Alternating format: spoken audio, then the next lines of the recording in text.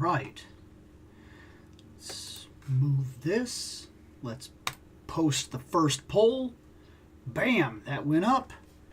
And we should be set to run for a while. I would have been in here a little earlier, but I had to I had to do a video real quick, and I also had to check some of my side notes to see what I still have to edit, because I have a couple of videos that I still want to do and a couple things that I'm still working on. So otherwise though, we seem to be ready to go. We got the chat up here. I don't know. We'll see who all shows up, what goes on.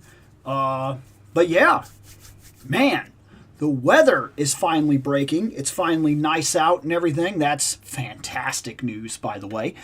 And then 2 figures showed up today, which I was not expecting, in all honesty. I didn't know.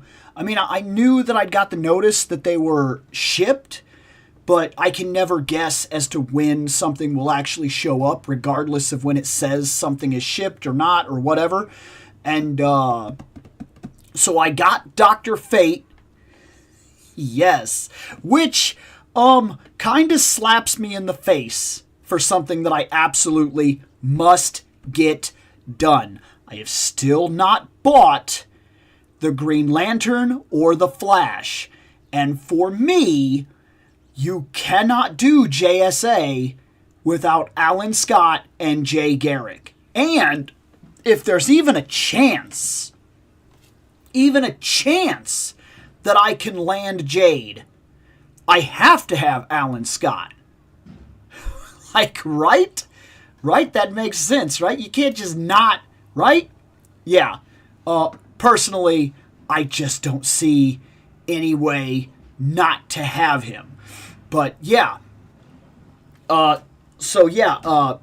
Fate showed up, and the new Superman that everybody's been interested in, the classic Superman, the 80s Superman.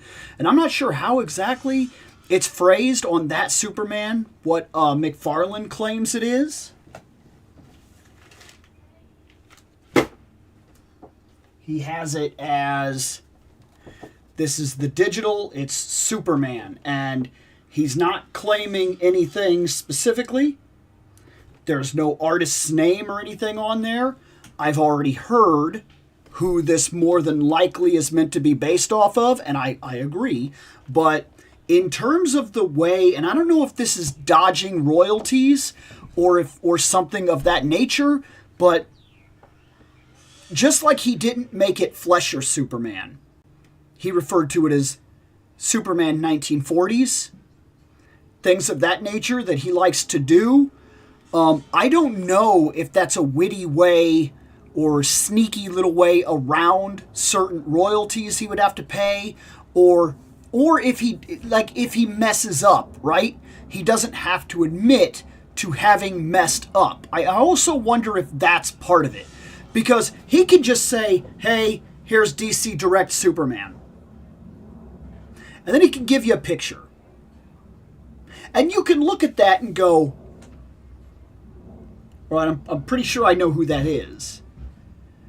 But McFarlane could just be doing nothing more than referencing Superman.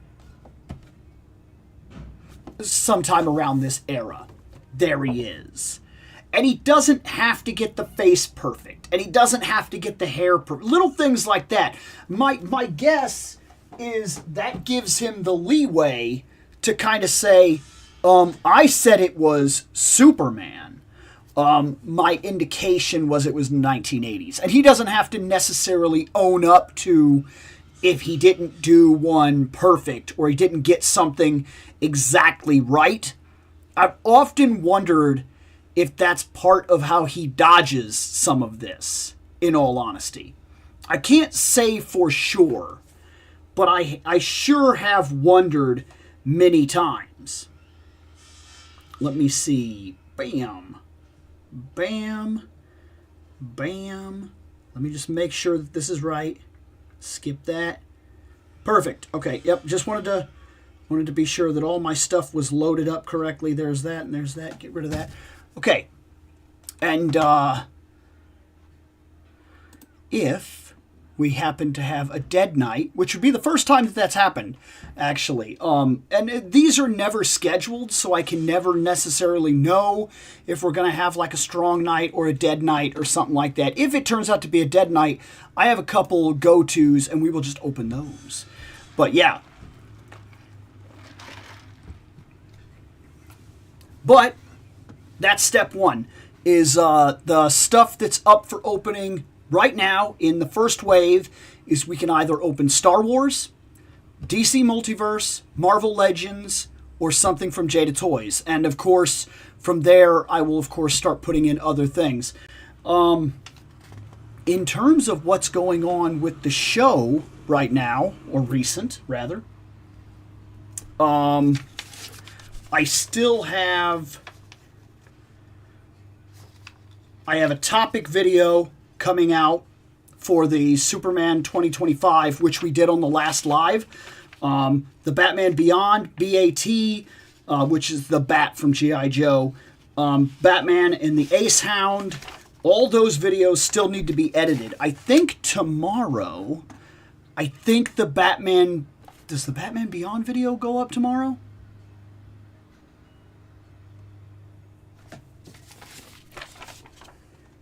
No, the Nightcrawler goes up tomorrow. Batman Beyond is still on the list for things that we need to edit and get out. But yeah, we are somewhat dangerously close, if you want the truth of it, to... We're not there yet, and I don't think we're going to get there, but my pace slowed down a little bit. I have maintained a post a day every day for this entire year. I almost can't even believe that, but we really have had that level of intensity running this entire run.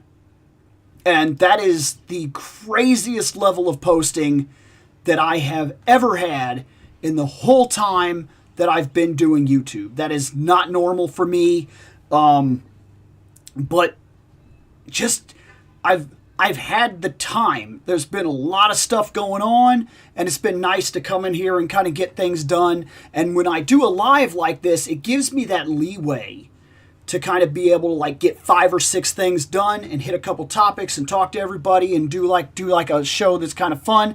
And then that kind of reinvigorates me to sit down in front of the main camera and do a couple things. On the last couple videos that were actually done, there we go. We did. Oh, I did Captain Thunder. That video is out. I did Why I'm Buying the Maximum Hulk. I did another part of the action figure talk, the action figure photography talk, which was the Nightwinds tribute, and I did why I play female characters in video games, and then I did the what retro console do I have no desire to go back to, and I am still getting comments on that video about how wrong I am and how stupid I am and how it's rage bait and everything else. And now, I don't know, maybe it's because of the kind of person I am, I've actually started responding to some of them, and not necessarily in positive ways. Not, how do I put this? Somebody today accused me of like rage baiting for clicks and views, because there's 100 other answers that I could have given as to consoles that I would never go back to that would have been the right answer. And I said, maybe for you. And I just left it at that. Because, like, look, I can engage with it all day, but it's not worth it. Like, the truth of the matter is what I'm here to do is share opinions, open figures, talk about topics, and not necessarily fight with anybody. So, like, if people are mad that I don't want to go back to the Dreamcast, I'm sorry. You're not changing my mind. You're not. I don't care how much information you have. It was not something that caught my attention when I was growing up. It wasn't. Like, I had one. I didn't care. Well, we are hitting the 10-minute mark on the vote, and that 10-minute mark on the vote looks like we're going to be in DC Multiverse, which seems to be very popular lately with these videos. But that's fine. Nothing wrong with that. I'm glad to open them. Let's see. Loved your video today, and you weren't crazy. Captain Thunder is real, and another one is African American. What? That one I did not remember. Really? I want to look that up. That's crazy. See, I knew when I seen him. I knew I remembered something. And I for the life of me, I could not...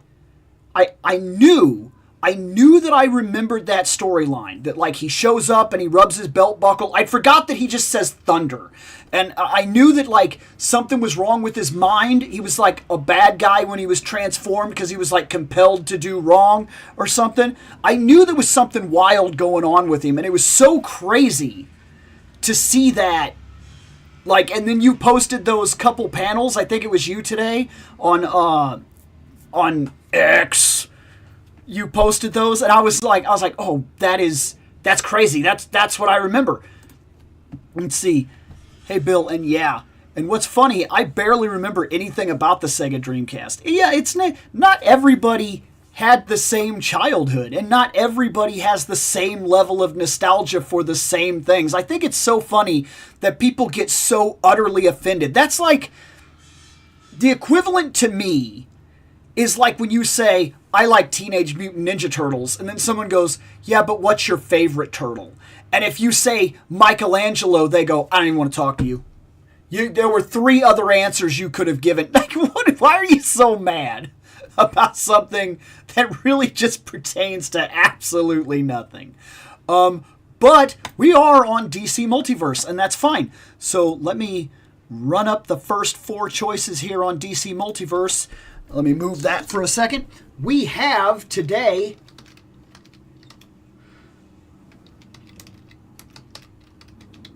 There we go. And we have a... We also have...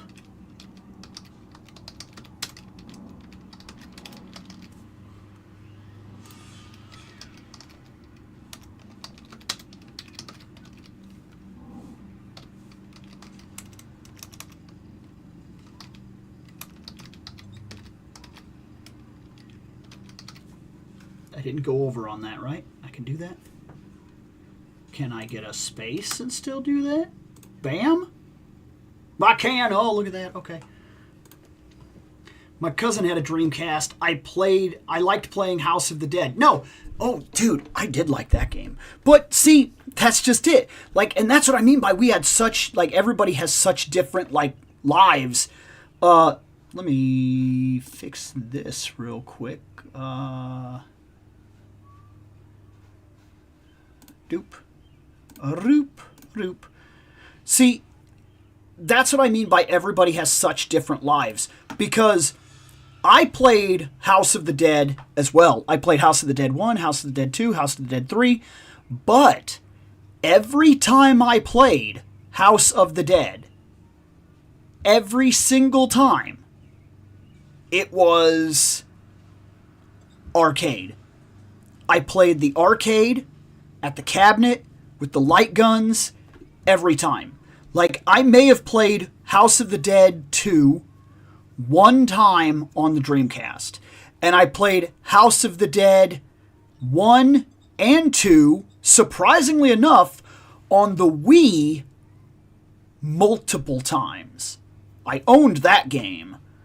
And I owned it at a time when, of course, I had my own apartment and everything like that. And, like, I wasn't having to go to, like, my friend's house or anything. And, yeah, I played that a lot. Specifically. A lot. All the time. And loved it. Like, absolutely loved it. But if I was going to be honest, I would have more fun finding House of the Dead in an arcade, in an old forgotten arcade, and putting money down to play it than I would dragging out the Dreamcast to play it. Like, I just never, Yeah, it's just wild. Wild to me how people... That video, I did not expect it to blow up. I don't know, blow up. I guess I haven't looked at its view count. Maybe it is actually doing really well. I don't know. But I didn't expect that it would get comment after comment every single day. I mean, I said so at the start of the video that I was probably going to make some people mad. I guess I did.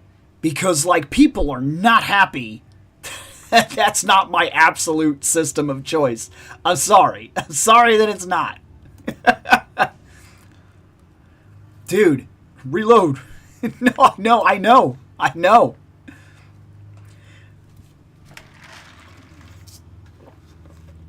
Oh, Dr. Fate is winning. Okay, cool. Let's see. I think the one thing I remember playing, and that was on the Sega Genesis, was Moonwalker. Oh my gosh. You know, so I've played Moonwalker on the Sega Genesis. I owned it on the Sega Genesis at one point. I do not anymore, and I don't know why. If I had to guess, that is not one that I would have sold. That's probably one that was stolen. I did an entire video on this. If anybody cares at all and you like digging into some of the older stuff, there is a video on the channel specifically that talks about how video games were the worst collecting problem in my life, like the worst collection problem I ever had, and how it did not do me any favors when I collected video games.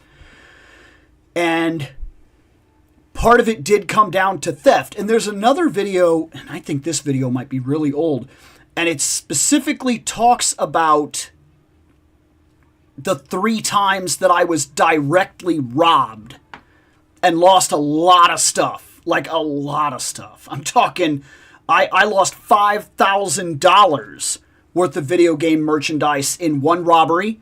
Another one, I lost a friend. I did punch that friend in the face. So, partially my fault? But he was stealing stuff out from under my nose to pay rent and then lying to my face about it when he got exposed.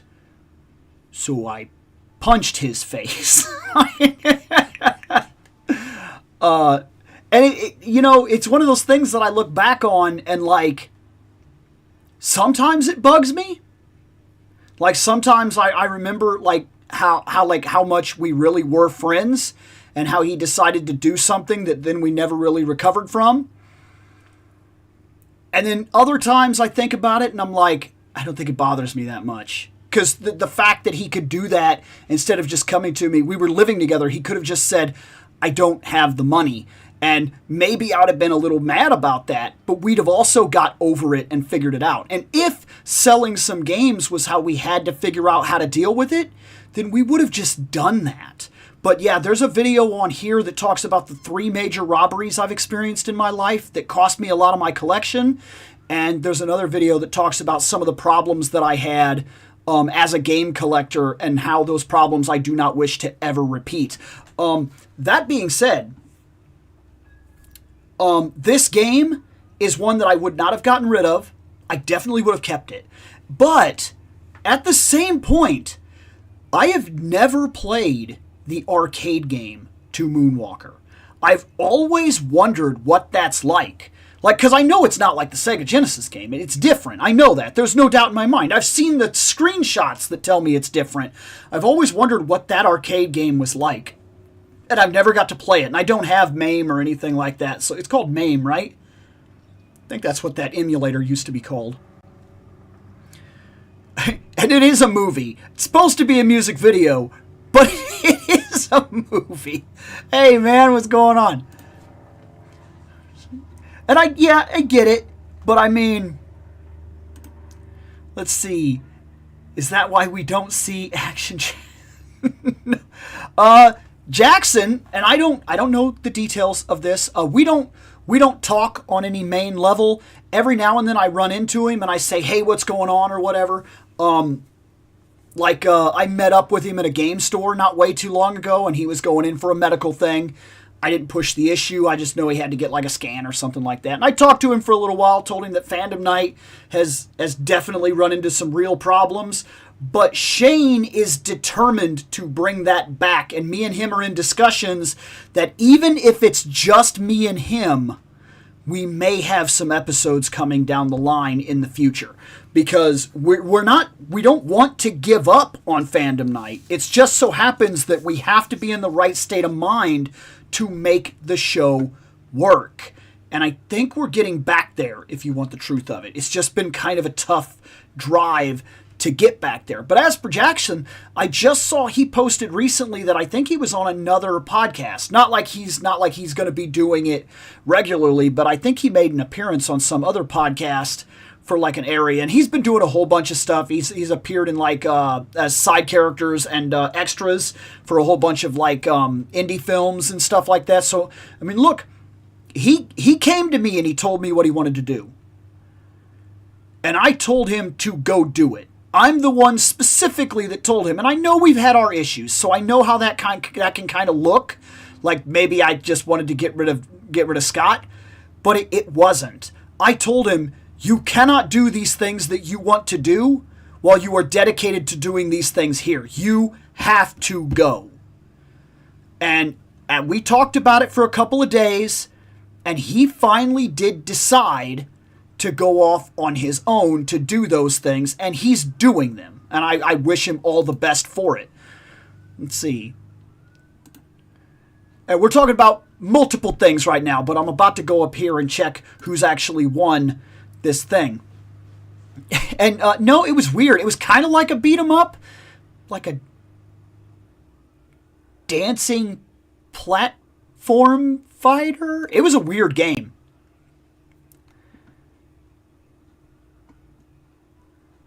Let's see. I finally remember watching Moonwalker movie, partly because my parents were big into Michael Jackson when I was young. I just remember Michael turning into a big robot and Joe Pesci. It's wild what your memories will do. I remember seeing it. It was like a giant event. Like anytime he released a music video, man, they used to do like premieres for his music videos. I don't think people realize, like now looking back, it seems like it's not that big of a thing, but I don't think people realize just how big of a deal and how different the world really was when he was so big.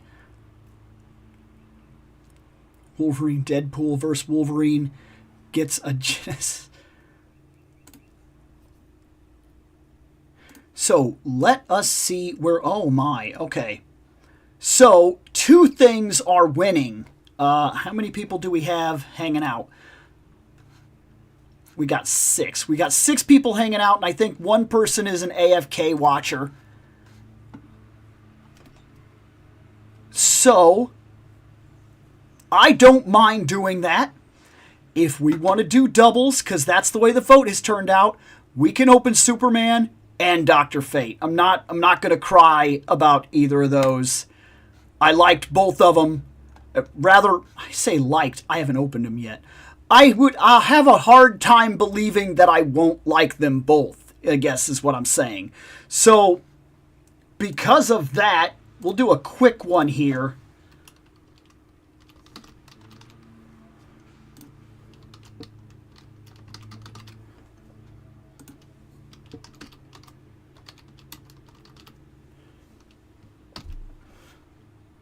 Let's figure out which one of them gets to go in.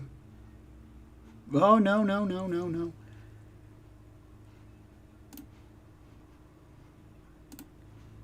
There.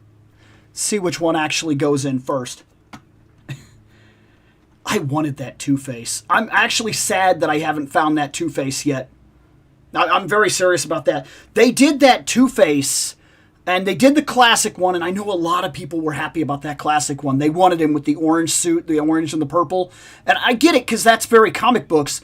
But, like, after you introduced the black and the white, that was it for me. Like, I've never been able to see him a different way ever again. Nothing else even comes close to that look.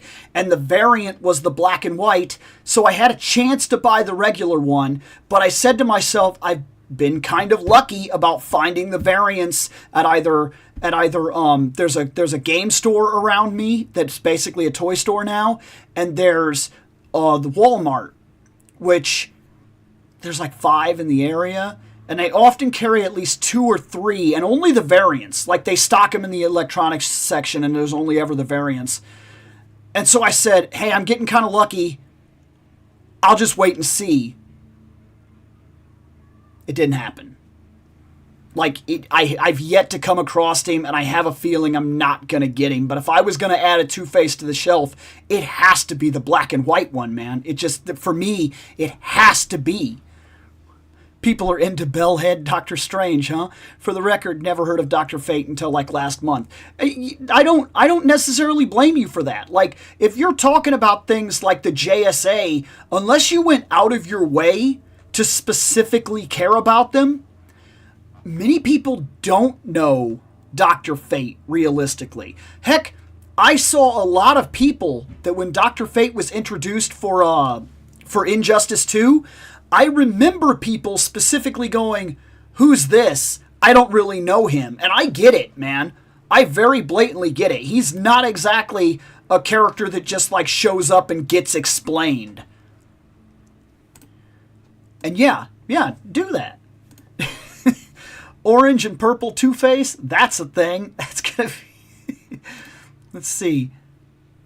That is my mind's eye Two-Face. It's hard to think of any other version without thinking of Two-Face from Batman. Yeah, absolutely. With those hands. Okay, so we're going to start on Superman. That's not a bad thing. This Superman looks like he is the Superman. I'm very, very interested to see how this guy goes. I get that. Dude. That's something I want to go back through. I've been saying that I feel like I've been saying that for like the last 4 years or something like that. I want a full sit-down rewatch. I just watched all of Batman the Animated Series on Blu-ray. Remaster was fantastic. So good. Now I want to see Superman. I want to see Justice League and Justice League Unlimited. I want to watch all of that again. Like, I own it. It's sitting on my shelf. I have the physical copies. It's just one of those things that, like, it's hard to dedicate to an entire series run. But that's one I want to watch again. Let me set up my second light.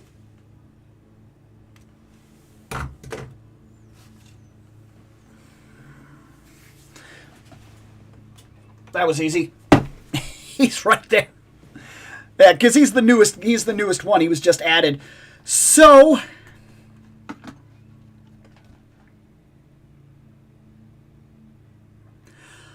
let's do it. Superman. DC Direct. Is this the best Superman in the McFarlane line? That's a real question. It's a big question. And it says a lot. Look. For a long time, when I first got into these, it took me a long time to get in to this line. Now that I'm into it, it's going to go away. But it took me a long time to get into the line because there were things about the McFarlane figures I did not like. And he was one of them. I kept saying, if I'm going to jump in, I need a Batman, I need a Superman, I need the mainstays. I need it. But then, I tried to jump in. I saw a Superman. And I said, oh, okay, yeah.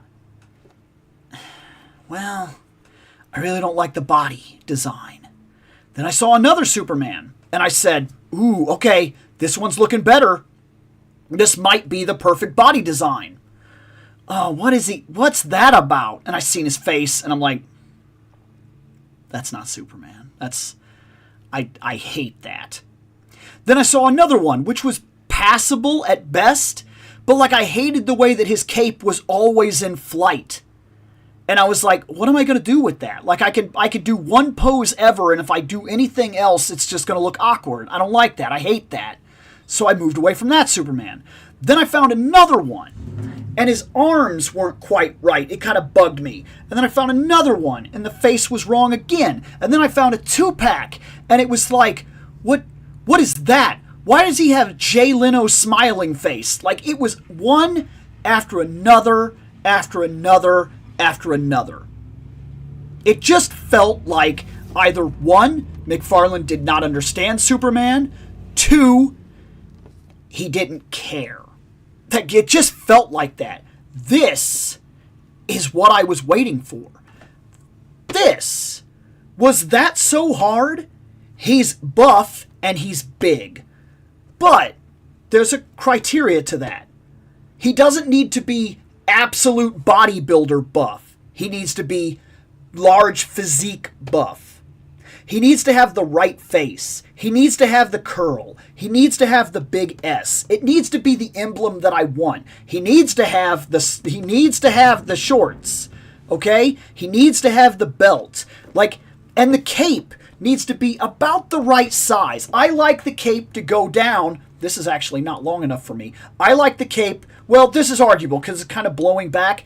I like the cape to be right about to the top of these boots. Maybe the littlest bit under there. And I don't like I don't like the cape to touch the ground. I know I am particular. But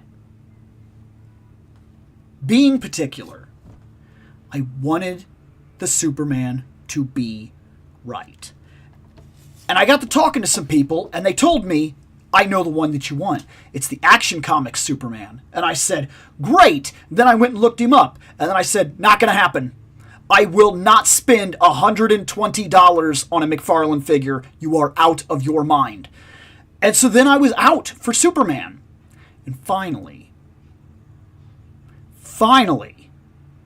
they did the re-release of the Action Comics Superman with the cape. And I bought him. And I had my problems with him, but I was willing to go with it. That was the Superman for my shelf. Then they released Christopher Reeve Superman. And I was like, oh my gosh. So I got that.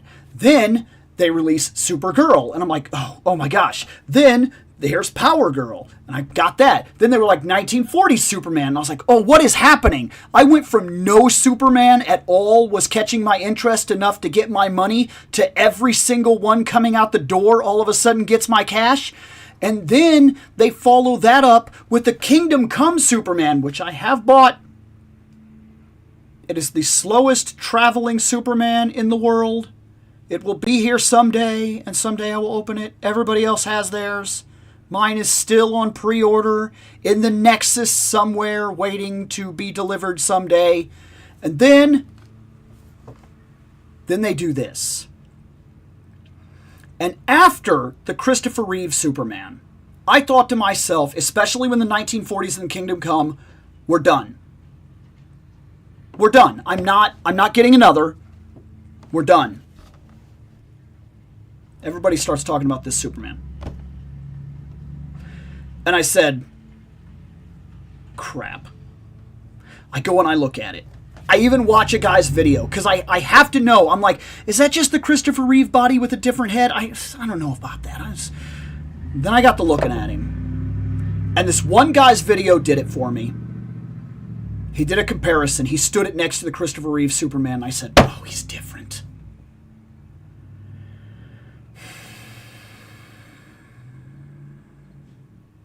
All right, you have my attention. And I put the money down. And now I'm going to see, is this the best McFarlane Superman? I don't know. If he's not, he's got to be second, at least. Let's open this guy.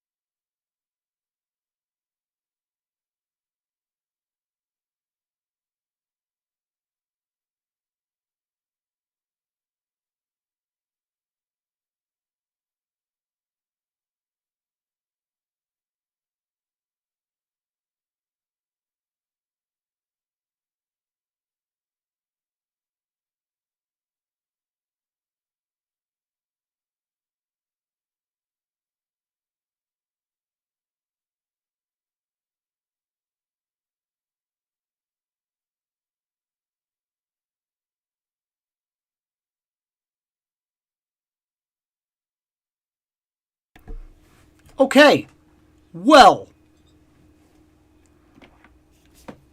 Superman comes with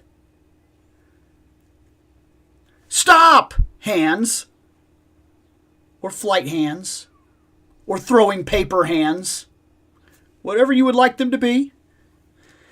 He also comes with punching hands for punching, or throwing rock. He can't do scissors. He's got an absolute... You actually have a weakness, buddy. So you better be careful. You want to throw hands with that 1960s Batman that I got on the shelf, buddy. He can beat you. And he comes with another disc stand.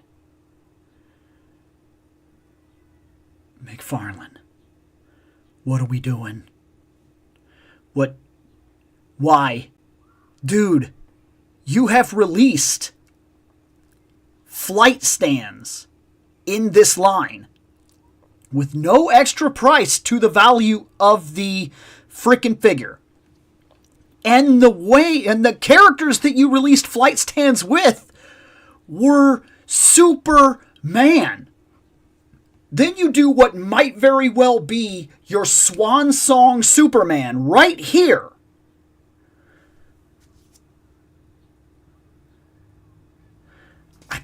Look, I would pay the extra money. Let me fix that. There we go. The diaper. There, got it. The diaper was a little, because in the box he has his leg up, and it was that part in the seam here was pinching into the diaper, which is causing a problem. It still kind of is there, but I can fix that. I don't think that's too big of a deal. So let's check him out, shall we? Oh man, that face. You could maybe argue it should have been the littlest bit skinnier, but you're going to be hard pressed to claim that face is not basically exactly what you wanted. Let's see if we can't focus this camera on that face. Up, almost up. There we go. It's good. Like, it's really good. Webcam thing always has me giving problems when it comes to trying to focus on the faces here. The chest, it's broad, but it's not too big. I don't necessarily hate the way that this is done. I understand that we need the movement, and I get it. And I actually don't mind the cut being down here because, like, it kind of feels like the lower ribs and whatnot, like the bigger ribs. I don't really have a problem with that.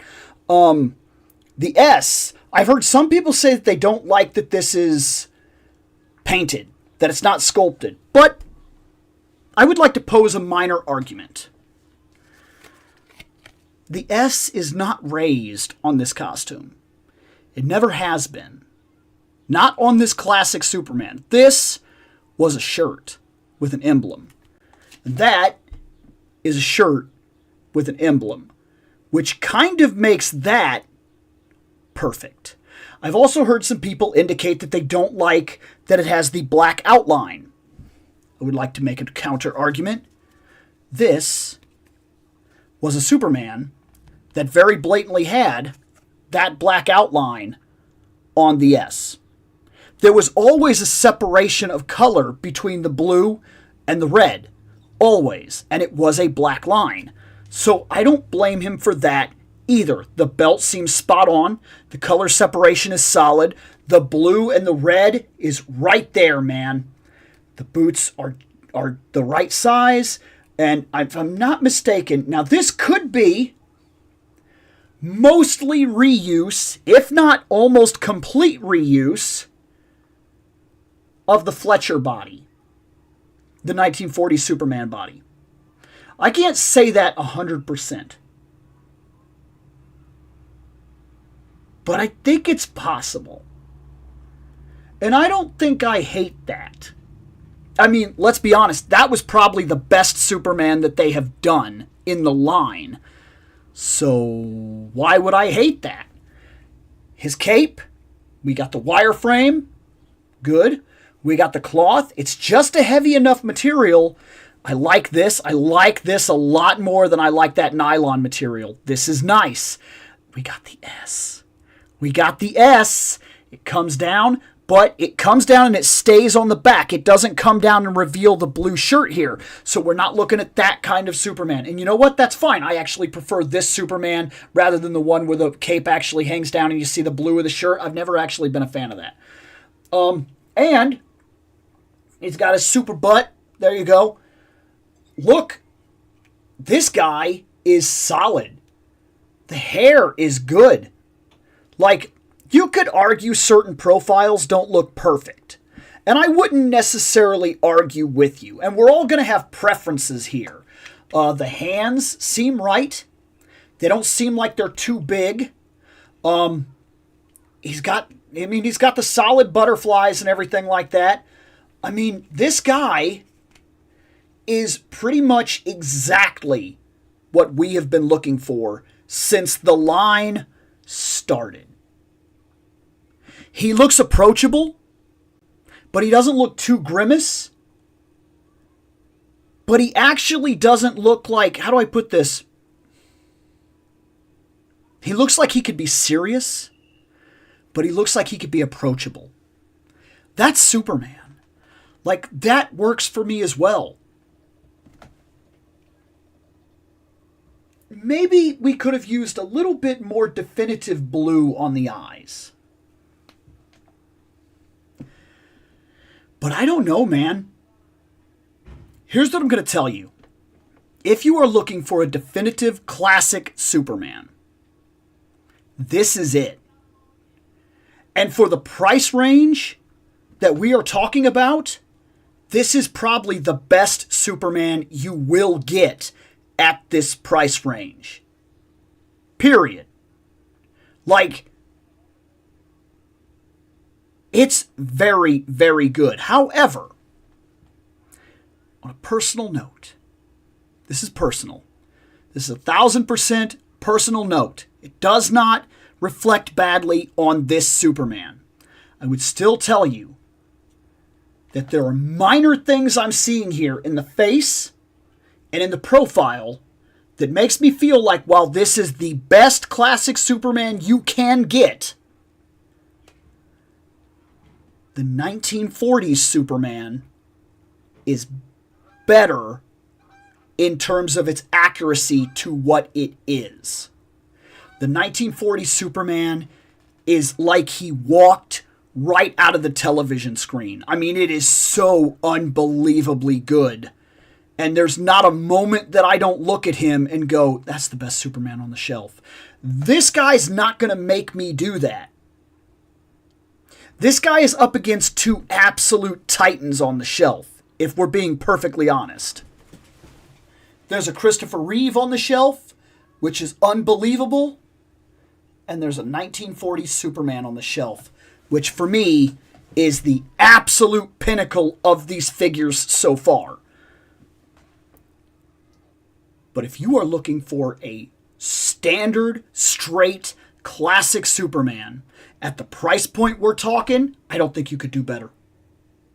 And I know people reference things like Mafex and things like that, and I understand you like what you like, but let us be honest, every time you step $10 up, you're stepping into a different monster. And if you're talking about Mafex, one of the only problems I really have with Mafex is they scale small. Superman always seems like small compared to some other figures, compared to what I feel like he should be. And that's up for debate for everybody else's personals in terms of the figures that you're going to scale him with. You want him to fight the Hulk or something like that? I get it. You may want him to scale small because you want him to match up with figures like that. But right now, the main DC line that's out is right here. And if you buy something like Mafex, your Superman stands alone. It's an argument to have. And I'm not here to tell you how to manage your collection. 1,000%. you'll like what you'll like, and I'll like what I like. And I can tell you right now, if you share the kinds of opinions I do, and if you watch the show and you care one way or another what I think that if you've been looking for an absolute Superman on your shelf, I do think it is him. I do think it is him. Let's go back to the chat real quick.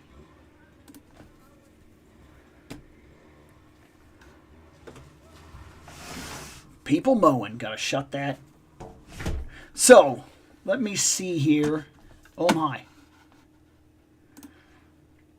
Click the live, do the full update, go up here.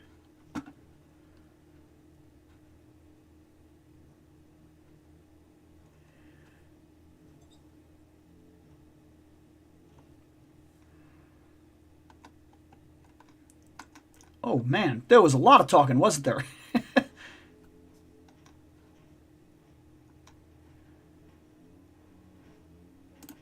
Let's see. Speaking of Batman, what do you think of the Brave and the Bold cartoon and the 60s Batman? I like the 60s Batman, but I see it in a very different light now. When I was growing up, I detested the 60s Batman. It wasn't where I was. It wasn't the kind of show that I wanted to see. Now that I've changed my viewpoint on why I'm watching it to begin with and how I see the show, I think it's brilliant.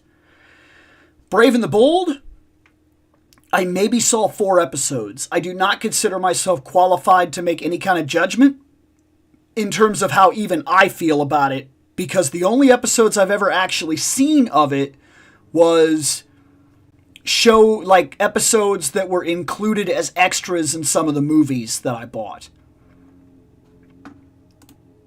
Let's see, Batman Toss, Superman Toss. Justice League Unlimited, Teen Titans were my childhood. Yeah, because we have the thing reversed. I get that. I don't have thoughts on Static Shock, in all honesty. When it was on, I missed it.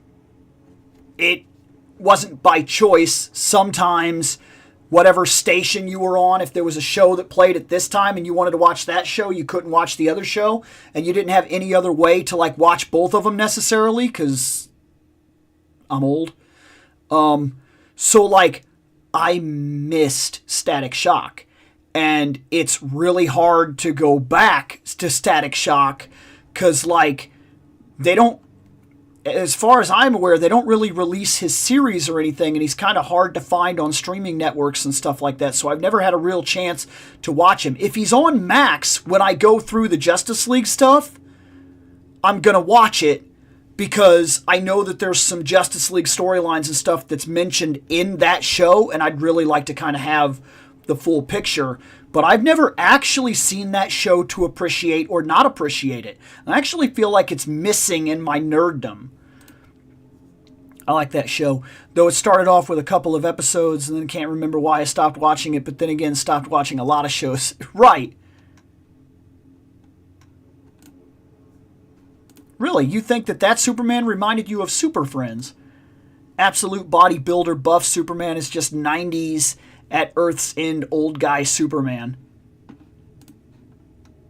If you're talking about the Kingdom Come Superman, I don't think he's bodybuilder. I just think he's very old big man body. Superman toys got you I need it. Well, no, they did. They finally got me towards the end of this line. They got me on multiple Superman back to back to back. When at the very beginning of this line, I was like, no, it's all garbage. I do not like any of these Superman. I wonder why so much Superman, it's like a movie is coming out. Fair. Let's see. I think we get more crypto stuff. Not the coin, the dog. I'm actually surprised that they didn't go out of their way to release, because they've already got crypto in this line, but it comes with a Superman that I didn't want.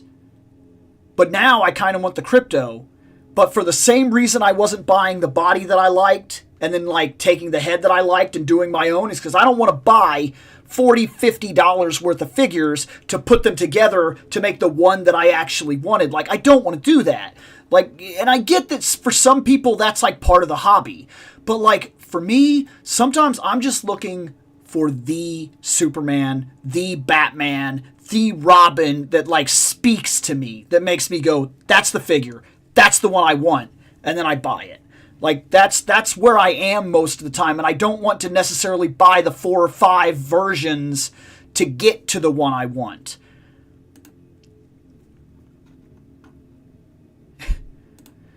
I just hope Mattel gives us a definitive Superman figure. The real question is going to be scale, personally, Tiger. That's where I'm sitting with this. Scale is going to mean everything. And your desire to continue.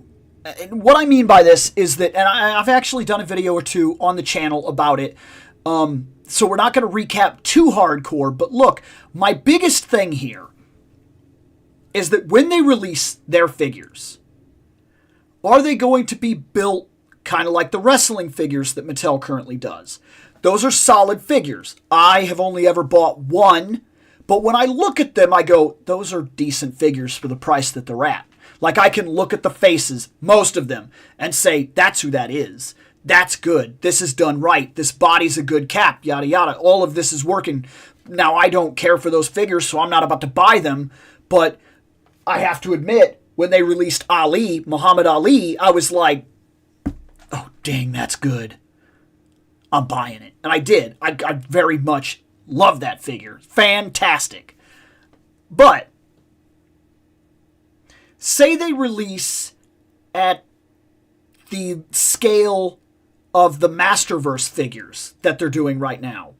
Why would that be a good idea? Well, because Masterverse and Superman and Batman and everybody, technically speaking, they share in the same comic universe. When DC did the Motu line of comics, it was determined that the center of reality in the multiverse was Eternia. And that's why Eternia operates the way that it does. That's why it operates as a very good, very evil, like there's good guys and bad guys, light and dark, and so on and so forth. And the reason is because as Eternia fights, sometimes as evil wins, that energy permeates out through the universe and affects the multiverse of DC, which causes events like Blackest Night and things like that to take place. And so on and so forth. Sometimes, as He-Man and the Masters win, and Skeletor and his evil is kind of pushed back, that permeates through the universe and so on and so forth. And so, like, when they did things like where Superman and He-Man met up, they would work together and whatnot. And you would see things like power scaling in Motu is absolutely unbelievable if you really stop and think about it. Because, like, He-Man has very blatantly killed Superman before. Like, he's fully capable of doing it.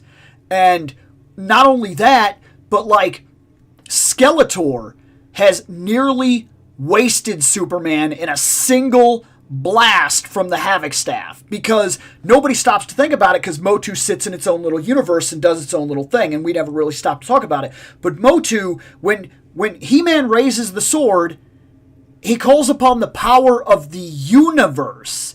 And it's not an understatement when it says the strongest man in the universe. When he punches something, the fact that Skeletor can even survive such a thing means that Skeletor's level of power is unreal. And then Skeletor actually stole the power of Shazam, which is a whole different thing, which is really, really cool. It's cool, but my whole point, coming back full circle, is that if we're going to do this, if you make these new Mattel figures at that scale, then the crossover of He-Man and Superman and She-Ra and all of them, all of a sudden they all make sense. And that's a scale that is currently being used. But will the Superman be skinnier? Will he be wide? Will he be big? Will they choose to do the big muscle guys? Or will they choose to do the more human-like bodies? That's a question. Will this scale be small? Will they build in the 6-inch scales to finally match things like Marvel Legends. And if they do, that's a dream for some collectors. Some collectors are very blatantly looking for that. They want it. I'm not saying they're wrong for wanting that. But with the rumors that are currently going on that Mattel just got this license, and now there's very much the possibility that Hasbro in the future could be losing the license for Marvel. I mean, if that comes to pass, then what everybody's been waiting for may be cut strangely, tragically short, and maybe the next guys that get a hold of the Marvel license end up changing the scale, and then that's a whole problem in its own right. And after we invest in a whole bunch of different figures, because this is not the first time we've done this in DC, about every 5 or 6 years, we have to reset our entire DC collection. And it gets really old as DC collectors, because every time somebody new gets the license, every time a new wave comes out, every time a new thing comes out, they change the scale, they change the art design, they change the deco appearance, and then those figures no longer sit right with the other figures that are on your shelf. And then you have to go, do I keep them? Do I box them? Do I display them on their own shelf? Do I just deal with it? Like, what do I do? Or do I just not collect this line because this line is not the scale I want? I really wish we could see something that gives us a legit idea, because there's nothing on the market right now that gives us a guarantee as to what scale they're going with, what design they're going with. And I hope they do not go back to classics. I know some people thought that was like the pinnacle. I did not like those figures at all. That's a personal preference. So if it happens, some people will be thrilled. I will save a lot of money. And that's not necessarily a bad thing. If this ends up being the wave, if this ends up being the DC on my shelf, I'm not going to cry about it. And then I'll buy the things that I absolutely want, like more Wonder Woman and stuff like that. But I really need to see their scale. I wish they would at least give us some footnotes. Like, we're planning to build in this scale. We're planning to build for the adult collector. Like, we don't even know. These could be toys. They might not build in a scale that does for us at all. They could decide very blatantly that Mattel wants to build for kids, make toys. And I'm not saying these aren't toys. They are. But what I'm saying is there is a difference when you look at like what Playmates is releasing Power Ranger-wise and what the Lightning Collection was. That's a very different style of toys. One is very blatantly for kids. One is very blatantly made for collectors. And it's not the same thing. And now this Remorph collection or whatever is very blatantly for kids. And that's the only Rangers you can buy right now. Doesn't bother me. I have the Rangers I want and I moved on with my life a long time ago. I didn't buy anything. I bought 2 guys from the Lightning Collection. I didn't need anything. But DC, I don't know. I don't know how that's going to hit. I wish we could get a Clark Kent. Like, I wish before the line went under, like, I would love to get a Clark Kent and a Bruce Wayne. That would be fantastic to close out the line. And I know, I don't, and like, those disc scans, and I know, like, it's cheap, but like, come on.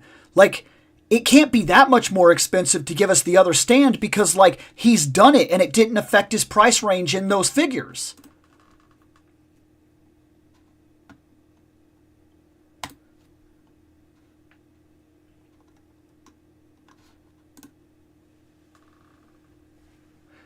Yes. I did take the box cutter to the collector, what you were seeing, but I'm actually very, very good with a box cutter. I was not cutting him. I was reshaping the leg to pull the diaper part up, and you could see what I mean. Because of the way he was sitting, I'm going to have to heat that, pop it out, and change the consistency of it because the leg wants to pinch that part back up, and I don't want it to do that. But, yeah, I've been using a box cutter for so many years now. I can do a whole bunch of little things with it that don't actually damage the property. But I'm sure a lot of people probably see me do something like that, and they panic for a second.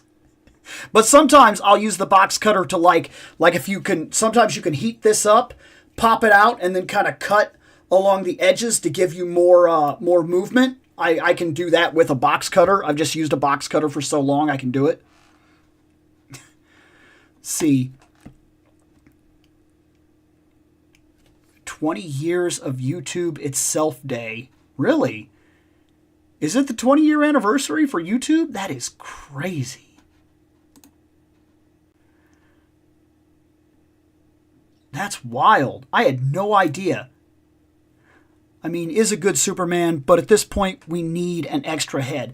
And you know, I wouldn't argue with you on that one, Tiger. I wouldn't argue with you on the fact that we really could use multiple heads. In fact, I know some people are not going to like what I'm about to say.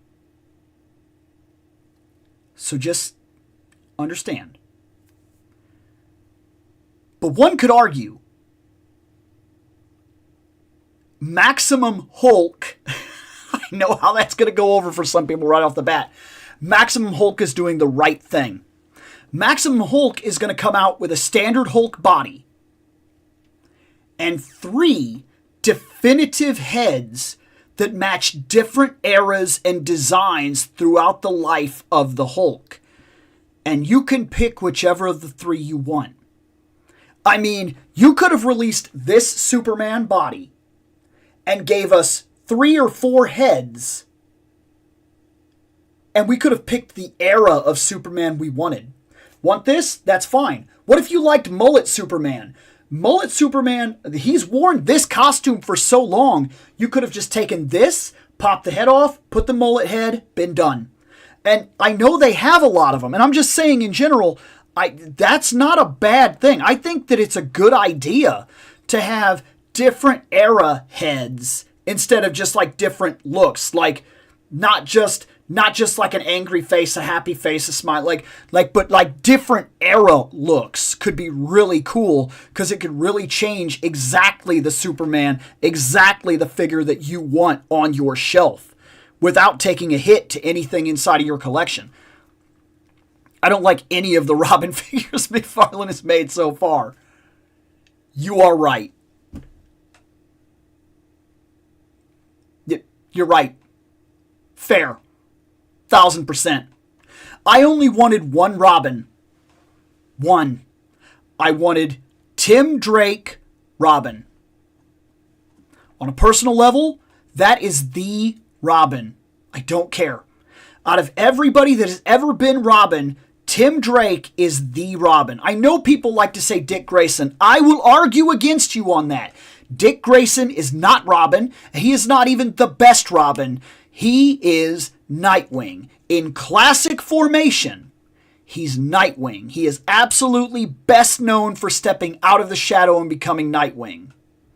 Jason is Red Hood. Damian wants to be Robin. But Tim Drake not only held that mantle, but continued its legacy forward, becoming characters like Red Robin, taking the mantle the next step. He is Robin. That is the Robin for me, and I would argue in terms of major Batman continuity, he has owned the mantle more than anybody else. And he may well be the best Robin because in terms of the detective's mind, the brilliant guy that solves crimes, I would argue that if anybody is to ever actually take the mantle and be the Batman, it is Tim, not Dick Grayson, Tim, that makes the most sense. He's a better detective, and it has been proven multiple times in the comic, he is a better detective than Batman himself. And if you're going to hold the mantle of the world's greatest detective, not the world's greatest fighter, I know we like to give that to Batman, that's not what he's known for. He will put him on you, but he's not the world's greatest fighter. He is the world's greatest detective, the best tactical mind on the planet. And it has been proven multiple times that Tim's got him beat. Tim is the one that makes the most sense to take the mantle and step into the role in the Justice League as the guy that's making the battle plan. I really honestly believe that. And that, the stepping stone for that is Robin. I honestly believe that. The sad thing Mattel does is copy-paste the body molds over and over and over. Yeah, but I don't know many toy companies that don't. I mean, realistically, if you're in this price range between the $20 and $40 figures, I think they all do, in all honesty. So I don't think that bothers me as bad as it does some other people. Reuse can get very old, but I don't think it bothers me.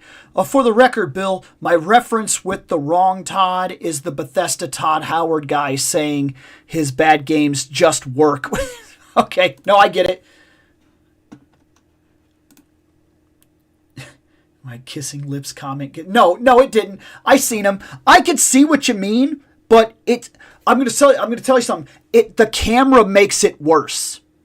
Like in real life, like looking at it, it's not as defined. That camera like purposely makes the lips look duck-like way more than it actually is. That's not on that Superman, to be fair.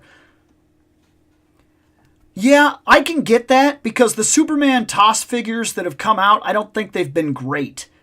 But they also all have that big deformed chest body thing, and that's actually part of what they do in the, that's actually part of how they handle the artwork in general, is they all have those weird bodies, and then when McFarlane does it, they get the big weird body, and it looks weird on a figure. Funny thing is, people still complaining about Maximum Hulk. I get it's not for everyone, but jeez, dude, I know. It does get old, doesn't it? It does. But here's the thing I don't like. And I actually did like a short. It was just like a quick thing. I didn't want to do a whole video, and I didn't want all the backlash that was going to come from it realistically. So I just did a short and put it out there real quick. If you have purposely been on YouTube doing hate videos about Maximum Hulk, talking about how money this, price that, reuse this, stupid Hulk, worthless, blah, blah, blah, don't buy it, they're trying to get maximum profit, yada, yada, blah, blah, blah, blah, blah. Then you announce in a later video, I got a Maximum Hulk or Maximum Spider-Man coming. I'm going to review that figure. I don't want to see your review. I don't want to see your review because you have already made up your mind. You're not going to do a fair analysis. You, whether you want to believe it or not, are already hate-bound to an idea. You have put out multiple videos to get the bait click to constantly crap on this one thing. And at this point, you have already inundated yourself into the idea that he's a bad figure. And you're going to look for ways to prove that, regardless of how fair you think you are. And it also seems very disingenuous for you to, I don't care if your excuse is, well, I do a YouTube that reviews figures, I have to. No, you don't. No, you don't. That is an excuse that you are giving yourself to keep your click rates going. You don't have to review something you don't like. And you shouldn't. It's disingenuous. It's BS. It's just not. It feels wrong to me. I really don't. I don't get off on it. I don't think it's cool. I don't think it's fun. Like I don't want to hear their opinion at this point. What I want to do is I know that I bought it because I wanted it, because I'm honestly interested in it. And I know that I'm honest with myself enough that when I have bought figures in the past and opened them up and gone, oh, this was not what I was hoping it was. That happens.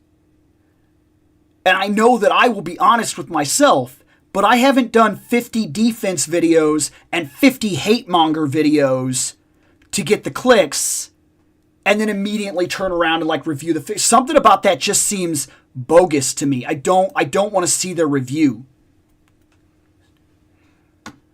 Yes, that did happen. Speaking of Robin, did you see Japanese future Batman we got now built? No, I did not. It is an upgrade to Batman Beyond. Honestly, Immortal Legend Batman is the name. Also, side note, I remember your video on the Japanese Spider-Man figure. Fun fact, he got an entirely new next generation costume in the comics. I think I did see that. I did see what you're talking about. That he got a new costume. I did see that costume. So, let us, because we've been ranting for a minute, let us get back on track here and open the next one. This one ought to be pretty cool.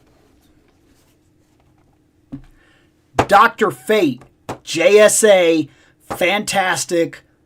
Let's do it. Dr. Fate is cool. Look, Dr. Fate is simple. He's from an old era. His costume is simple. He's not going to blow your mind. I did go out of my way to make sure that the one I bought was not the shiny one. I wanted the yellow, I wanted the blue, I wanted the old comic book looking dude. This. It's what I wanted. But Dr. Fate is interesting in the fact that, one, he's just a vessel for the spirit in the helmet.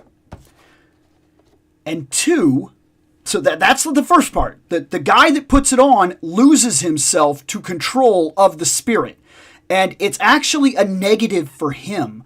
The longer he spins as Dr. Fate, the more of his life he gives up and never gets back. And it kind of drives him mad. It costs him everything. And he tends to remember some of the stuff that's given to him during that time. And it's just, this is a curse. It's not just a superhero thing. It's a straight up curse. And what's even more maddening about said curse is he doesn't get to choose what he's doing. The Lords of Order choose how Dr. Fate does what he does, when he does, how he does, and how much of it he can do. That is crazy. The Lords of Order kind of oversee the universe.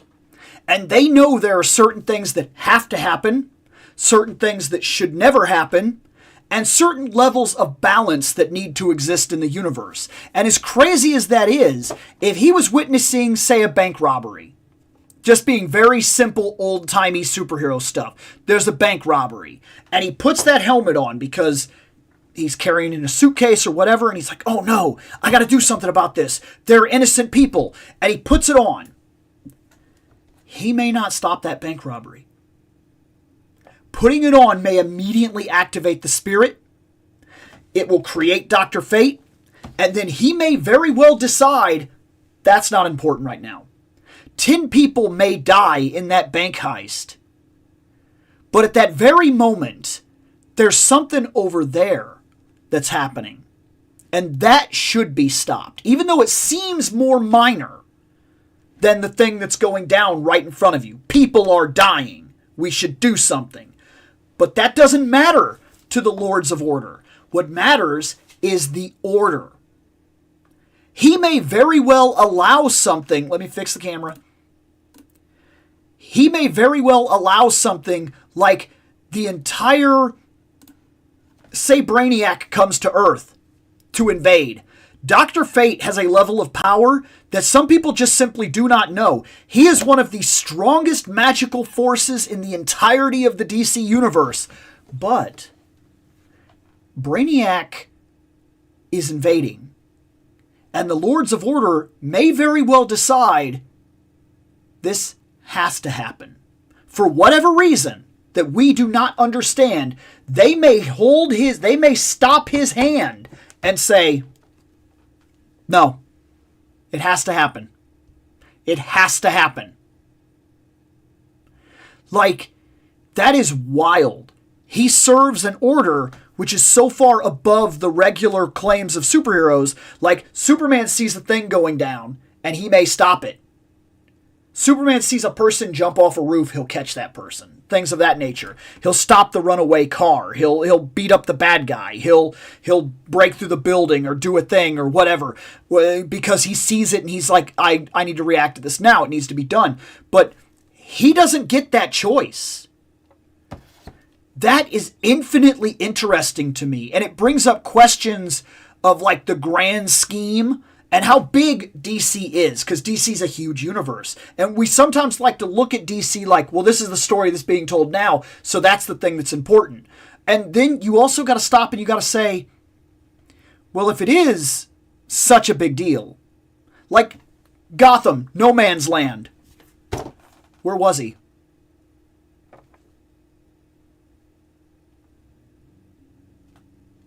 Where was he? Well, you see, in the grand scheme of things, if we're looking to retcon and we're looking to actually use headcanon and whatnot, while that was a big deal for Batman, in the grand scheme of things, it meant nothing. So, the event was allowed to take place because Batman would handle it eventually. It really doesn't mean anything. We've got something else to do. Either that, or the host body has suffered so indefinitely that during the time that terrible things were taking place, he had taken the helmet off because he can't handle it. He can't handle it. And so once the helmet is removed, he will sometimes go months without putting it back on. Because if he does, he may not get to take it off again. He may lose the rest of his life to the next time he puts the helmet on. This is a curse. That is infinitely interesting. He is a very crazy character. The more you read him and the more you see some of the stuff that he's let happen and some of the stuff that he stopped and like the level of power that he actually has, it's wild, in all honesty. And that makes him infinitely interesting. And I gotta say, for his time, that design is sick.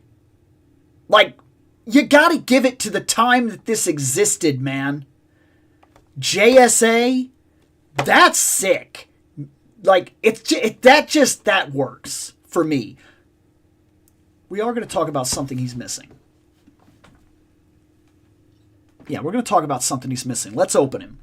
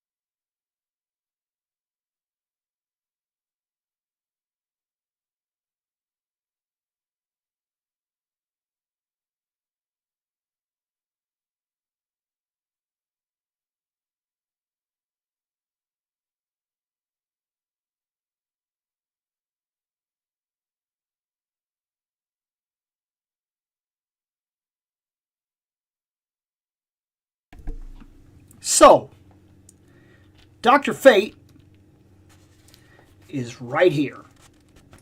He's got the cape. He's got the wireframe. It's yellow. Like, it's a really good yellow. And it uses that nylon material, but in this case, I think it works. Because the yellow of this cape is like very bright and reflective and vibrant, and that really works for Dr. Fate. He's got his emblem and everything. That's cool. He's got his gloves. That works. He's got the pop boots. Those are fine. He's got the little belt buckle type of thing. This doesn't come off. One could have argued that maybe it would have been cool if this was a removable piece, or if they would have given us the other head so that you could have popped this off and put another head on there and he could have actually taken the helmet off, or if it would have like been a removable piece. It's not, and I don't think that it bothers me because I probably never would have displayed him that way anyway. He has a gun hand.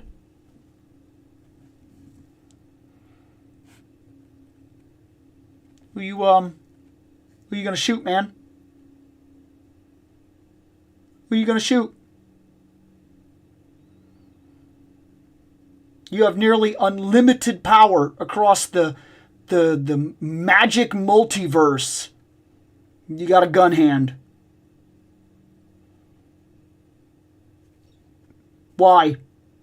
Look, this hand should have been like this. Some sort of, even if it was just like this, even if they would have just painted this yellow, something where he could put his hand out. If you wanted to make the other hand punch, that's fine. He comes with no extra hands. He comes with the wrong hand on a personal level. Like how's that look? Does that look like that? That doesn't work for me. I think that is a misstep. His body's fine. He's not too big. He looks fine in terms of that. That yellow cape works. The color separation is solid. He's a very old style hero. He's got the yellow. He's got the blue. I like this. There's even like eyes in there that really work.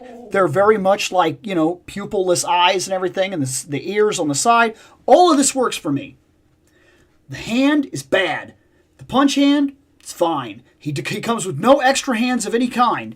He doesn't have a flight stand. What are we doing? And on top of all that, they messed one thing up. Heck, even his card shows that he has a magic casty hand. This is fine. He wants to grab the cape. You want to do that pose? You can't do that pose. You don't have that hand. But he's missing one thing. If you were going to give him nothing, and all it needed to be was a slug, just a plastic mold, just one plastic mold, and it could have been hollow. You could have made it hollow, and you could have made it transparent plastic, yellow. He needed the Ankh symbol. He needed the Ankh. This guy should have come with an Ankh effect so he could put his hand out and you could make that Ankh come up and do different things, like it comes up out of the ground, or it like comes in and like hits a guy or whatever and causes like, the bandings on the wrists or whatever. Like whatever he needed to do, like he should have got the Ankh symbol, because that is absolutely a part of the iconic look of him. Is when he casts magic, he does those yellow Ankhs. And the other thing that they should have done was give him a casting hand. Those are missteps if I have ever seen them in this line. And not like they don't have a ton of missteps in this line. Let's be very honest as to what we're buying. However, that all being said, I don't hate him by any means. He's exactly what I wanted. He's Dr. Fate. He will sit on the shelf and be Dr. Fate. He will stand along other JSA members and older looking heroes, and he will look classic and old. And there will be no real problem other than the fact of what I've pointed out. I do feel like there are parts of him that are blatantly wrong or blatantly missing. There's no reason we should have got the gun hand. He doesn't use a gun. Stop giving the trigger finger hand to characters that don't use it. Start giving flight stands to characters that fly. And this painted yellow would have made more sense. And here's the problem. I do not collect heavy into this wave. That's my bag of hands. I got a lot of blues in there. I got a lot of naked hands. I got some heads. I can't even take hands from another character and make up for that problem, because yellow gloves are not a common in DC. In fact, I would argue blue gloves are probably the most common gloves in all of DC. Blue and white. And I don't have either of those. So I can't even fix the problem unless I go get paint, match that paint perfectly, which I'm not very good at that, and then make it work. Like find one of the blue hands that's open or whatever and paint it yellow. But then, of course, I lose that blue hand. That's my problems with him. The only problems I have with him. Otherwise, he's solid. And I'm not mad about him, in all honesty. I'm really, truly not. I think he's cool. Back to the chat. So, Lords of Order, we rolled a D20 and had Dr. Fate leave a power plant to blow up. And the thing is, he'll tell you stuff like that.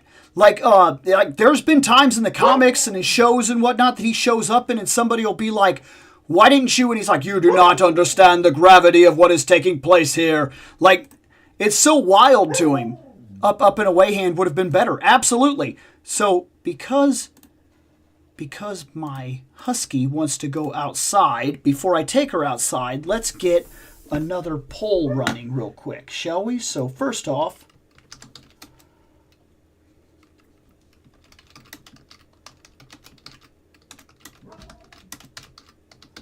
so let's do, we'll put it back in rotation,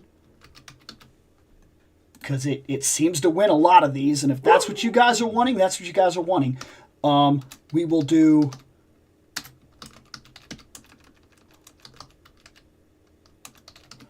put it up against that. We'll put it up against,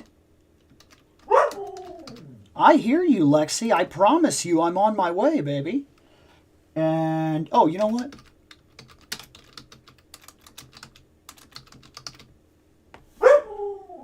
I promise you.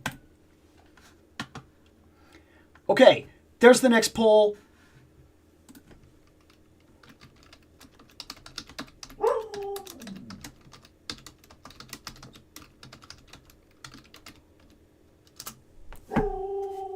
Let me let the dog out. Here I come, baby. Go outside.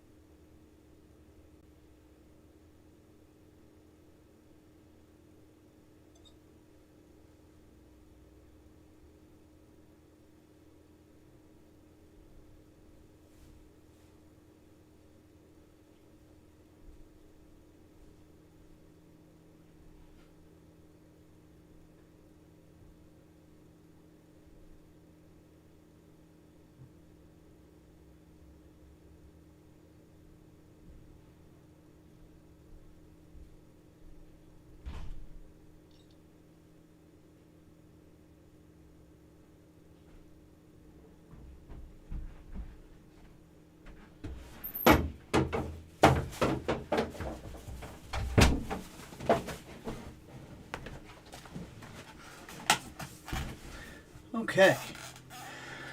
Let's see. It's also weird they give characters gun hands when Warner Brothers doesn't want McFarlane including weapons with their figures. Yeah, no, I agree. I don't understand it. It's probably because it's cheaper rather than create a unique sculpt hands for specific uses. And yeah, I get that too. We know how toys work, but like, I don't know. It blows me away sometimes. It really does. Some of the decisions they make. Because you got to imagine you could use a hand like this for multiple things too. Like make it once a gloved hand. I don't know. I don't get it. I really don't. See how this is going. So far we're at a Marvel Legends and DC Direct tie. How's this? We got... Oh, okay. All right. So viewers have dropped a little bit in the last couple things. So we have the 2 votes. Right now, I think only 2 people are currently active. It's hard for me to know. Like I said, sometimes it very much gives me an indication that it'll tell me there's like... Sometimes it'll tell me there's like 15 people, and I'll get like 2 votes. And then other times I've had it tell me there are no people watching and I've gotten like 6 or 7 votes. So these videos get tough to break down sometimes and like how they're actually going until they're done.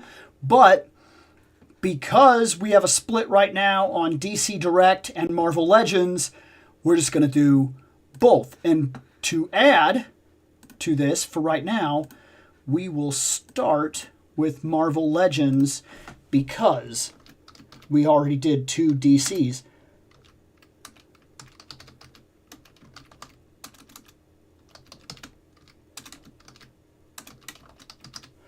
And so we are going to do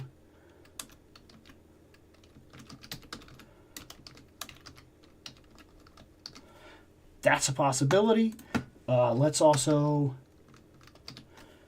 check on that. And who else is sitting here right now? Ooh, what's that? You know, that's interesting.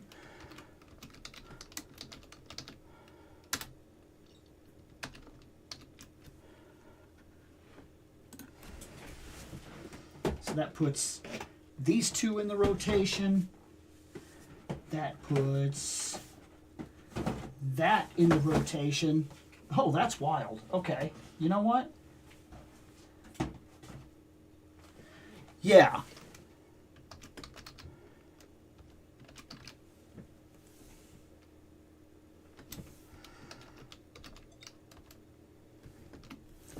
There we go. That's interesting enough. Bam.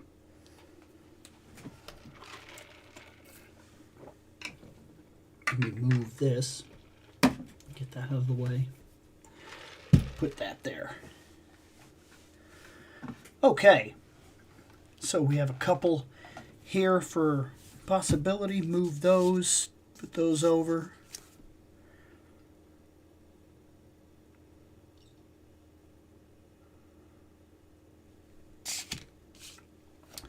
All right. Where's that put us? Okay. Right now we got X Factor Cyclops, which... that I'm only opening for one reason. Let me check my stuff here, because we might still be... Yep, right now we have 2 main viewers. We have 2 main votes. So we'll just do them both. So there's Cyclops and Black Widow. That's fine. That's 100% fine with me. I don't mind opening up. Oh, that's not it. There it is.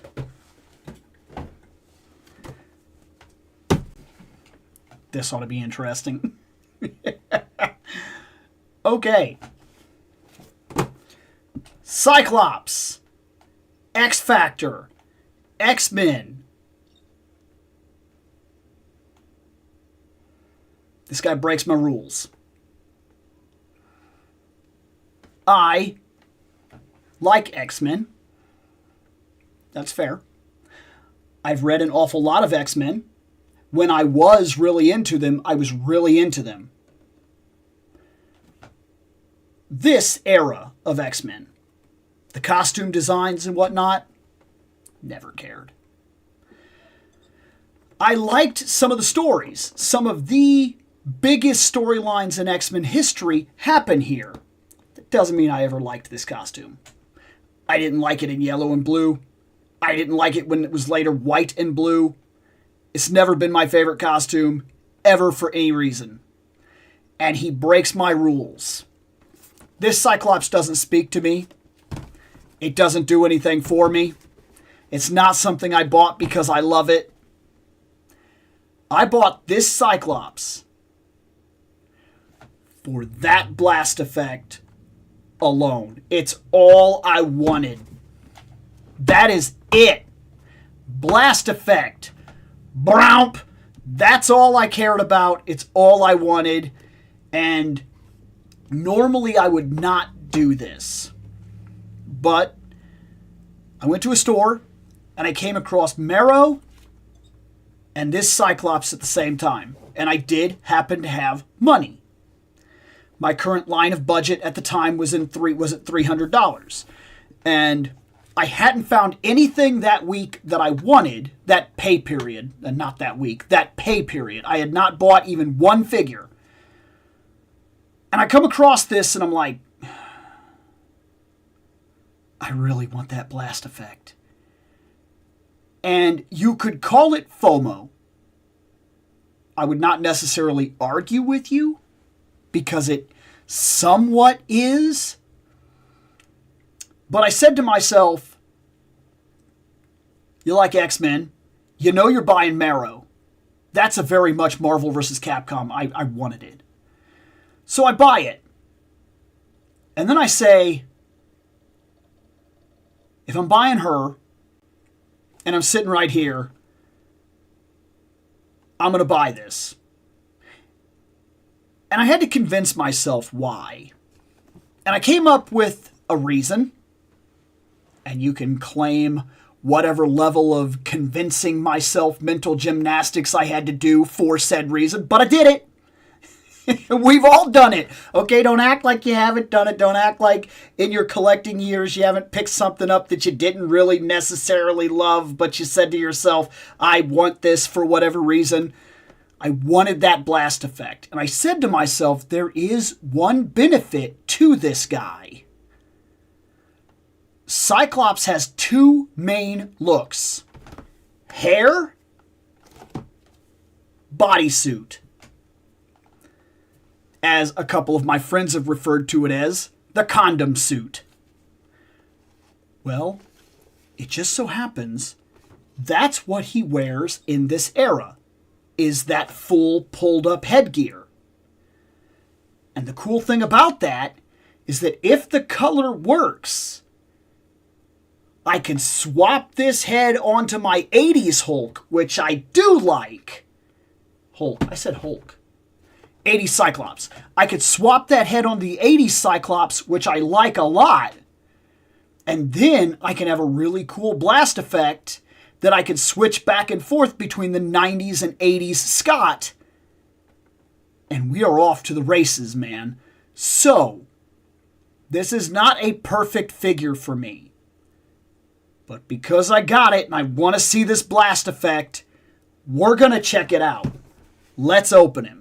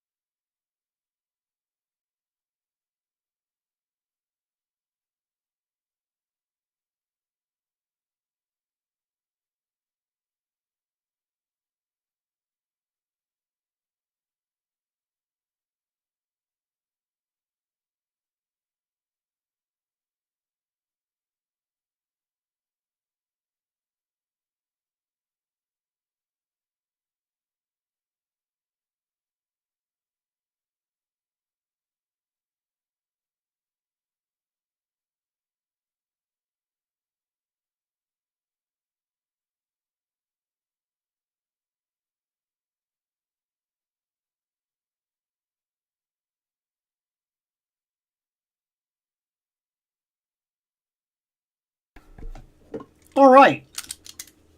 Well, here we are. Cyclops. There he is. Look, for what it's worth, it's not a bad body sculpt, okay? But I would claim that he's probably on par with all the other Cyclops that we've really had. He's got these deep cuts, which is fine. They work. He's got the double elbows. He's got the knees. He's got the feet. Everything is there. He's got this turn right down here instead of like, instead of like the swivel or whatever, which is fine. That's pretty standard for a lot of the Marvel Legends in general, so it's not exactly breaking my heart. He can straight... There you go, buddy. That is the pose of a hero right there. No, it's fine. Look, if you liked X Factor, you're not going to have a problem with this guy. It's going to work for you. But all in all,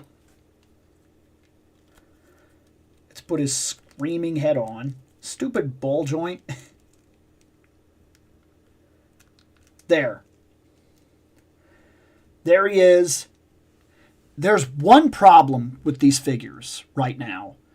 These angry screaming heads have one gigantic flaw. And that is very simple. If you are not using the Brownp, they don't have anything else going. See that? He's just got this black space in his eyes. See? So black space. And the big problem with that is that you can't fix that. But we can put this blast effect on.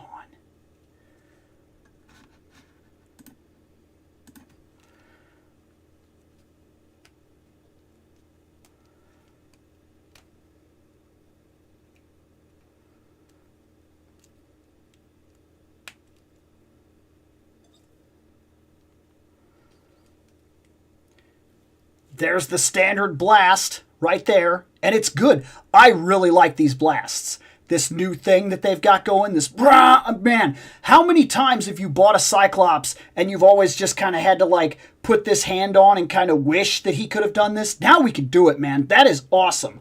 And then on top of it, this one has an all new piece to the blast effect, which is so cool. He has an impact effect. Now, we can actually get this going where he actually puts that finger up to the side of his head, pushes the blast, it comes out, and then something more manly than Scott doesn't care. Like, that, look at that. It doesn't seem like a big deal, but that is a very simple effect. That, like, if you play around with this, you can get 1,000 different poses, 1,000 different Brownps, 1,000 different hits, and it will always be cool. This simple piece right here, this simple little effect, this simple little nothing, was such a big deal that I bought a character I didn't even necessarily want just for that. And because his head is the way it is, I think I can get it on the 1980s Cyclops. And I'm curious, how much of a pain is it to dig out the 80s Cyclops? Let me go back to the shelf and see real quick.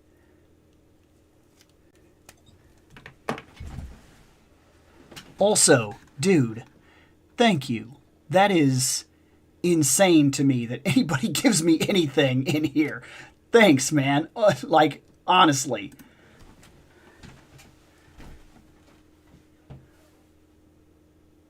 Oh.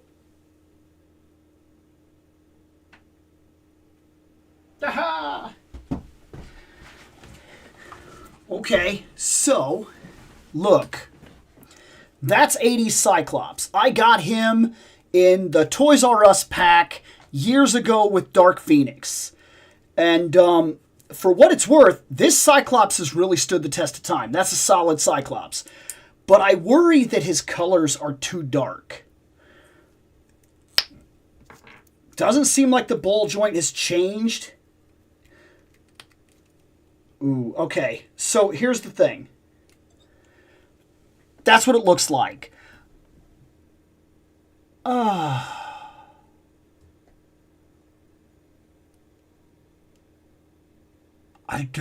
Okay, so here's the thing.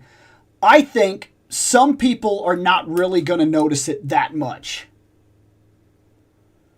But I'm noticing it. I think that this might be a hard sale. It's too bright blue. So I may be stuck with him being X Factor Cyclops. That being said, while it may kind of not do what I wanted it to do, it's not a bad Cyclops. Like I said, his body is solid. He will move right. He will do a million different poses. And X Factor was a fantastic era of X-Men. So, I mean, I've got nothing against that. I just kind of wish that it would have worked. However, this blast effect, would it work for 97 Cyclops? Just the effect. I don't see why it wouldn't. You imagine they have to be thinking at this point to make things somewhat universal, right? Let me go dig him off the shelf.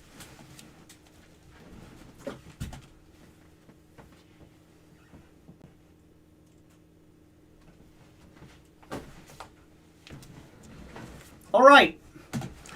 That is 97 Cyclops right here. 97 Cyclops has this blast effect. Not a bad effect, to be fair. I like it a lot. I use it a lot. That's a good blast effect. Bromp! Right? That's fantastic. I love the fact that he gets these now. But I gotta know. Okay, hold on. Let me see.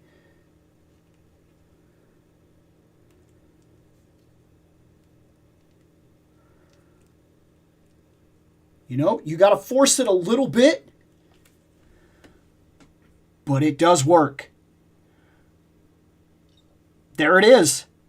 You can get this blast effect to work with that Cyclops.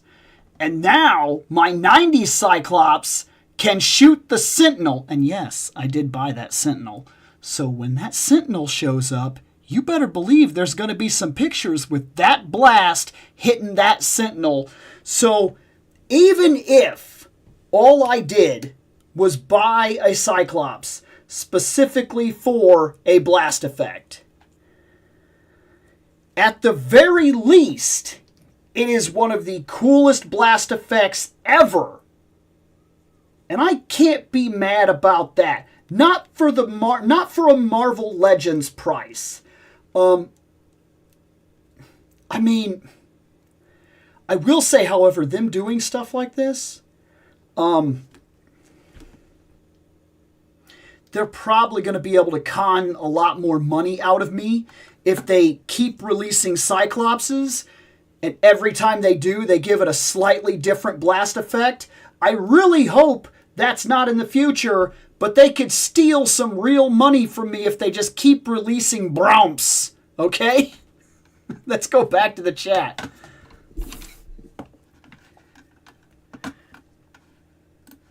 Once again, honestly, blown away. I cannot believe it. Thank you so much. Let's see. Scott Cyclops. He's not built differently. He doesn't have that X factor. 90 Cyclops with the hair will always be my Cyclops. And I agree. That is probably the most iconic costume. I like this, and I liked this, and those are my two favorite costumes for Scott. But I will admit to kind of liking the Ultimate X-Men costume. Miss Dr. Strange Bell. And now we're on Laser Eye Guy. Do you have 97 Cyclops? Yes. I see that you said never mind. You're about to answer my question. Let's see. I saw the figure wrong and thought the blast effect was a giant sword getting stabbed into his face. You could probably find 80s Cyclops head on secondary market. You can make a notch. Now that's a question too. If I could Dremel that out, in the middle, I don't want to do it necessarily for this guy, but if I could find another 80s Cyclops where I could Dremel out the eyepiece, if I did it right, I could effectively make every Cyclops have one of those heads that works, you know? So, like, you could make that work. Well, thanks, man, honestly. Let's see. We will end up putting you back on the shelf, and you will go back on the shelf later as well.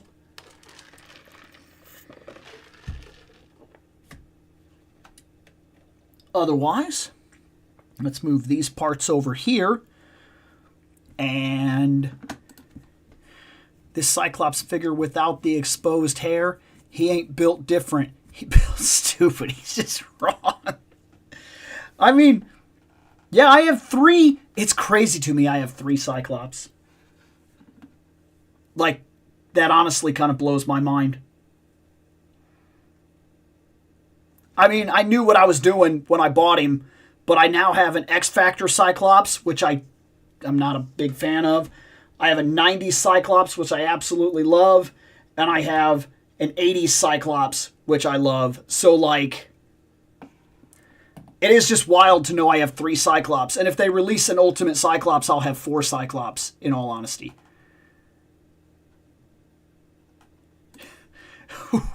Well, dang, listen to this guy. Actually eating food over here. Then I guess I got this. I'm not going to finish this. That's the problem. Like, I know I'm not going to finish this. Like, ever. Let's see. Ultimate Wolverine. I would buy him. Nightcrawler, there's really no purpose for me to buy him. I'm not trying to collect X-Force. Apocalypse Gambit, I don't care. I'm not an Age of Apocalypse guy. I feel like it was overblown 90s ridiculousness. I bought that Cyclops. I bought Marrow. So I'm going to have 2 parts of him. I'm going to have both of his arms. Now Husk, that's kind of cool. Husk is kind of cool. Fabian Cortez, no, I don't see. I'm never going to make that guy. That's one more Build-A-Figure in the rank of Build-A-Figures that I've had in my life that I will not complete. It's not going to happen. It's not going to happen. Like, what are you going to do, right? What are you going to do?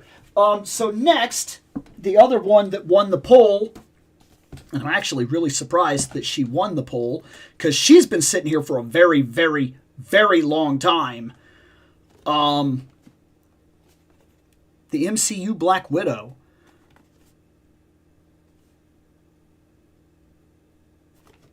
Very surprised that she won.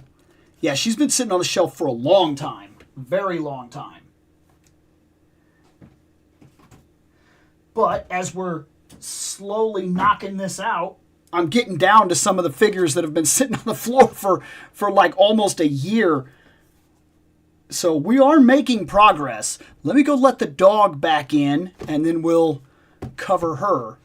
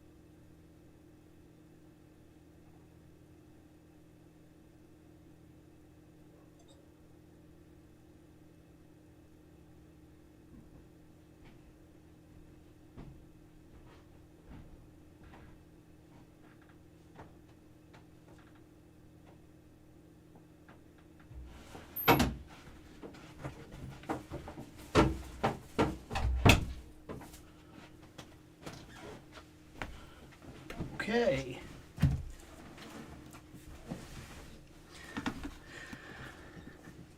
Okay, let's see. I saw your face when you pulled out the Build-A-Figure. Like, what the...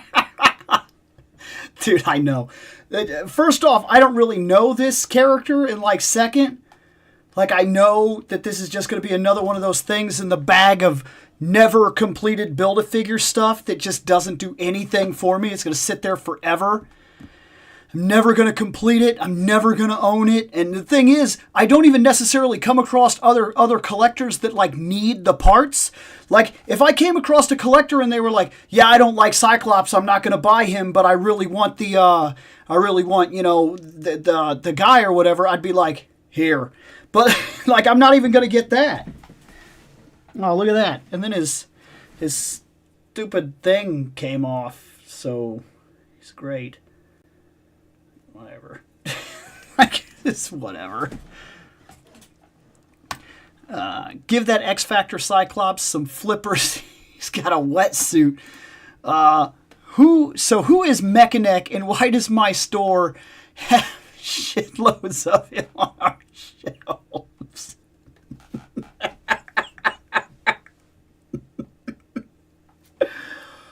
Okay.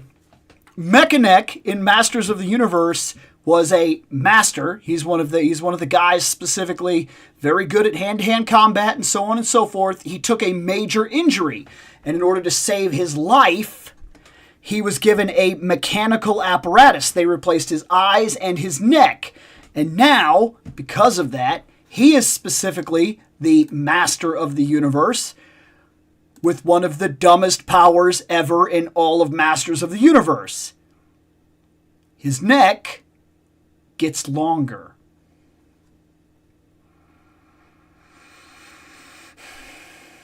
His neck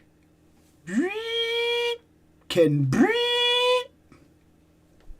And because his eyes have been replaced, he can see almost like binoculars, like he has all kinds of different visions and whatnot in his eyes.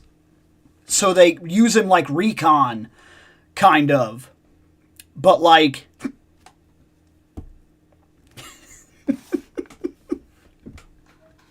My daughter constantly refers to him as Neck Man and tells me all the time that he's pointless.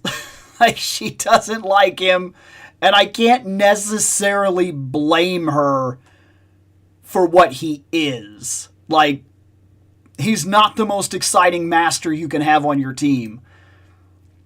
With the full ski mask, looks like a TF2 spy. Fun fact, I thought the MCU made up Black Widow embarrassingly. Black Widow must be a bootleg Spider-Woman, and that was my thought process watching the 2012 Avengers.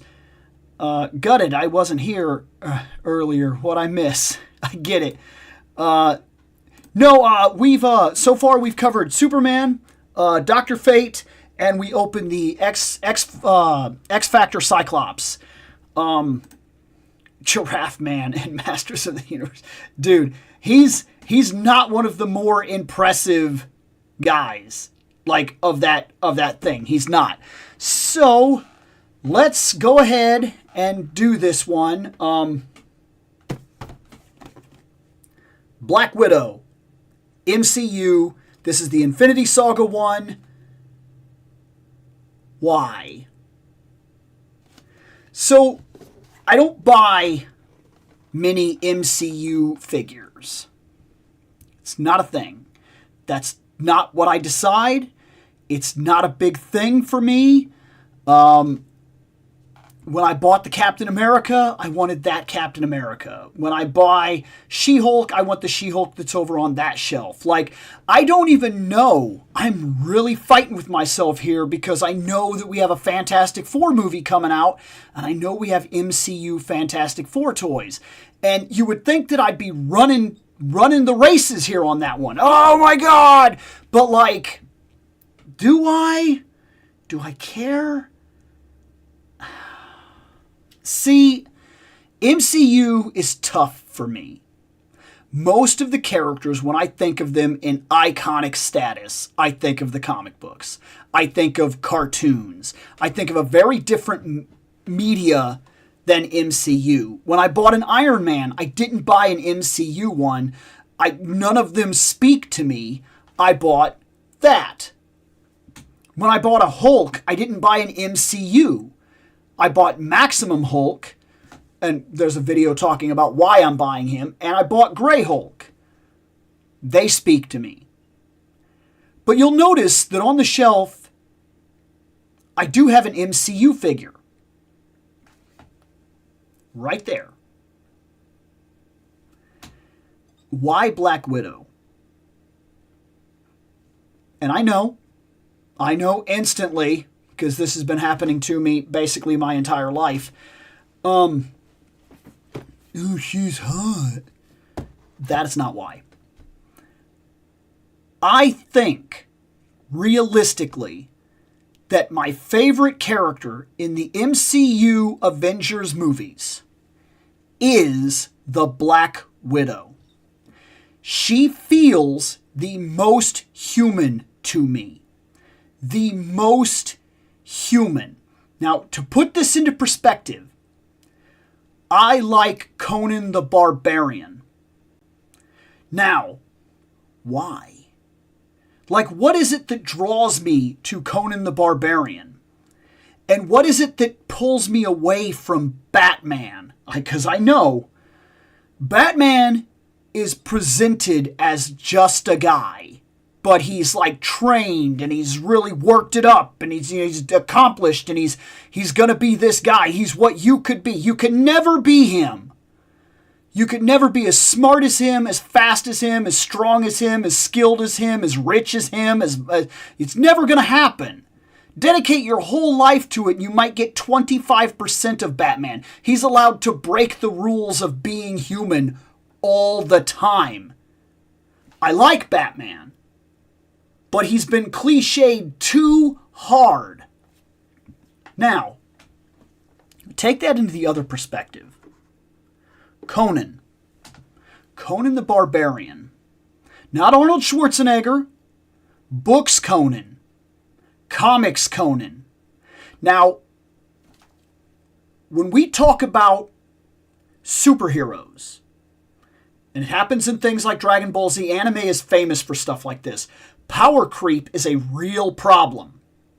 You always want to see something more exciting than the last thing you saw.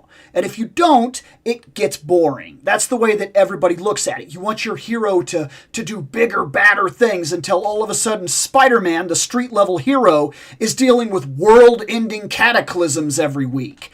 And at some point, you got to go, nothing about this appeals to me anymore. That's where I come from. Conan stays remarkably interesting throughout the course of his run, even today, because he's literally just a guy.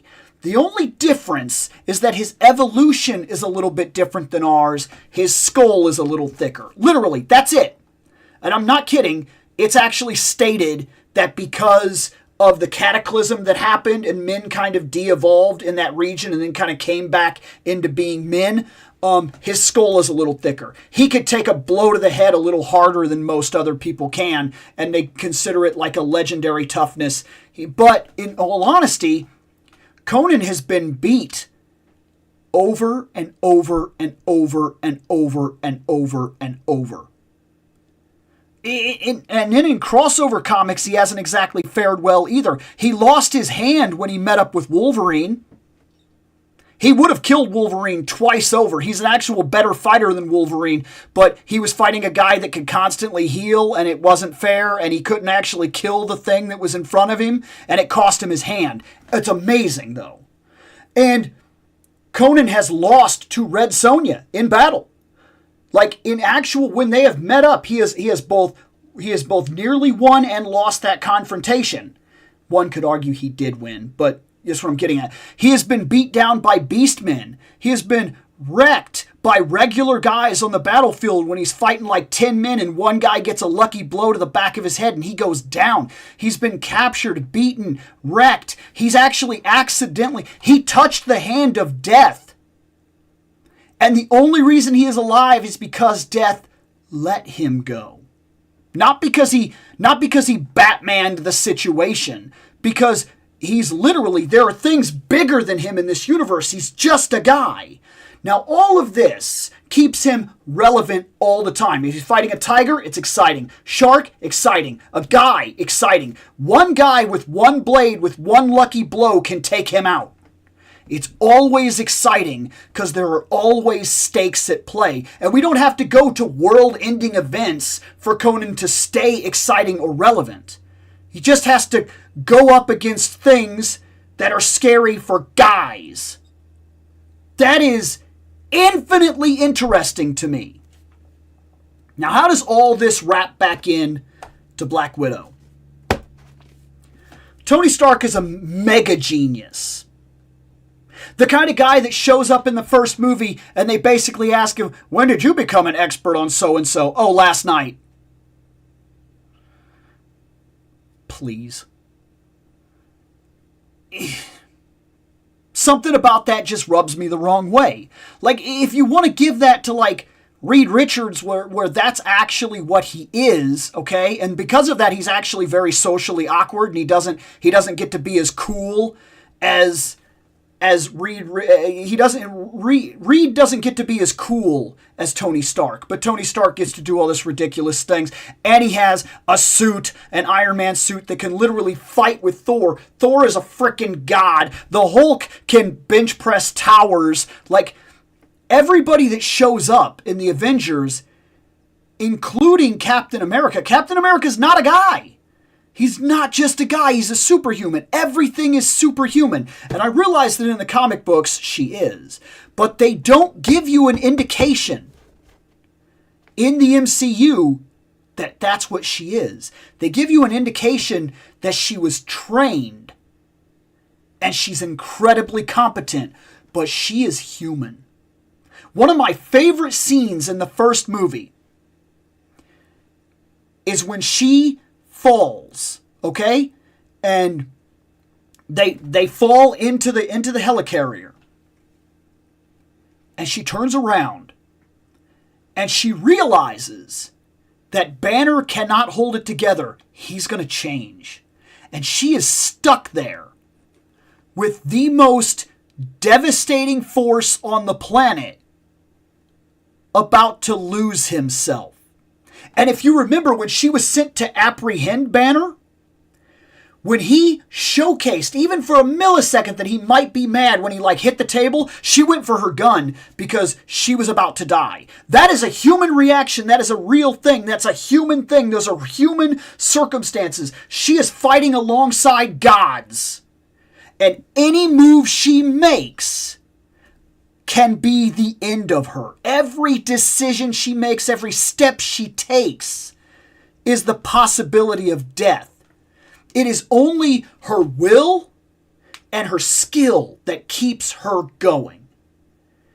And when she is rattled by these things, because we never see Captain America get rattled necessarily. He gets sad, but we never saw a moment where he was afraid. I never saw a moment where I actually believed that Tony was afraid. I know this sounds like it's not a big deal, but to me it means everything. If you look at her, she is afraid. She runs from the Hulk. She barely escapes the Hulk. And when she does get away, and the Hulk goes off to do other things, notice she doesn't just jump right into the fight. She's human. She was almost wasted just a second ago. And there's a moment where this call comes across and somebody's they're asking for her. I can't remember exactly what they're asking for, but they say something on the comm, and it goes to her, and she is visibly rattled. She's shaking, she's sweating, you could see it in her face. This actress is fantastic, by the way. I feel that.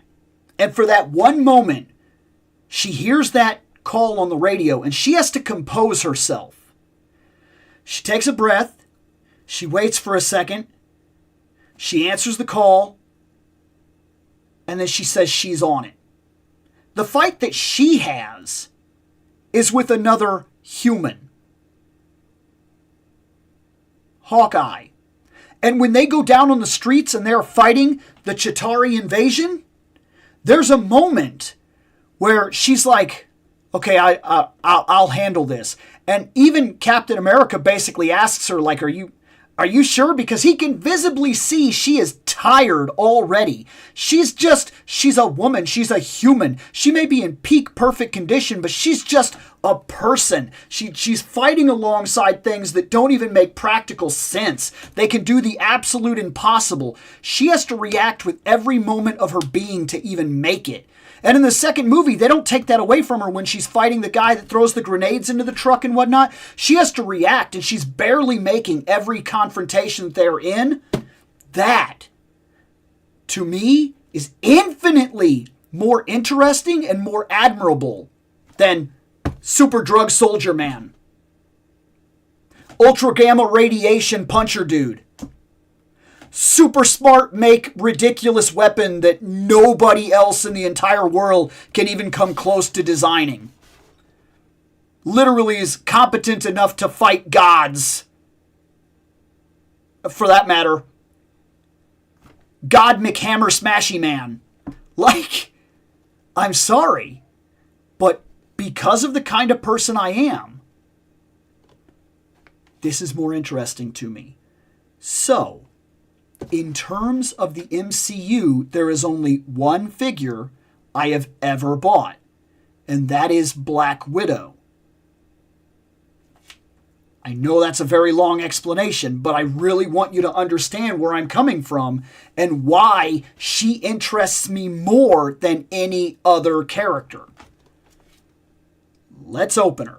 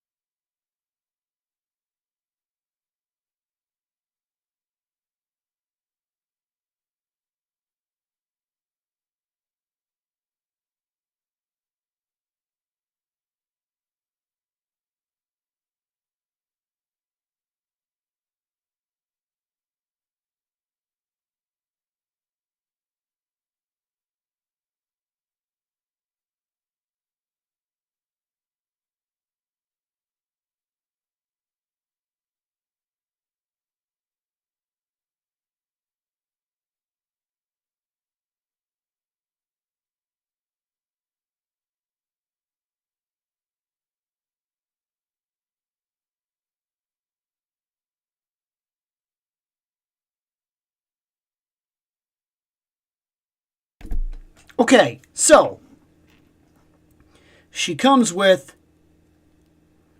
punchy hands for punchy.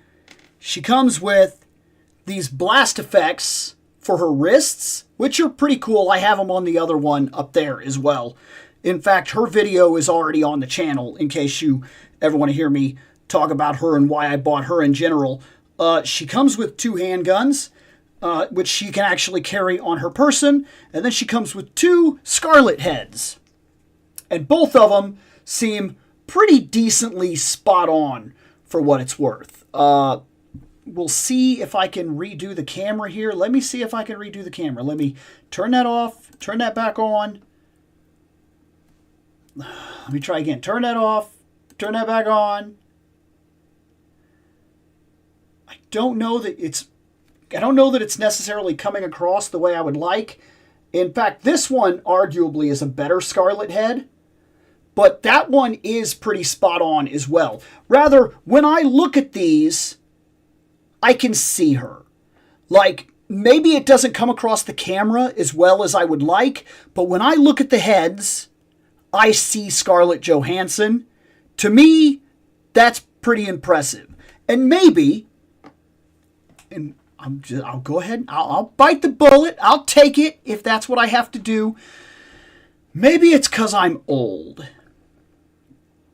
I'm 41.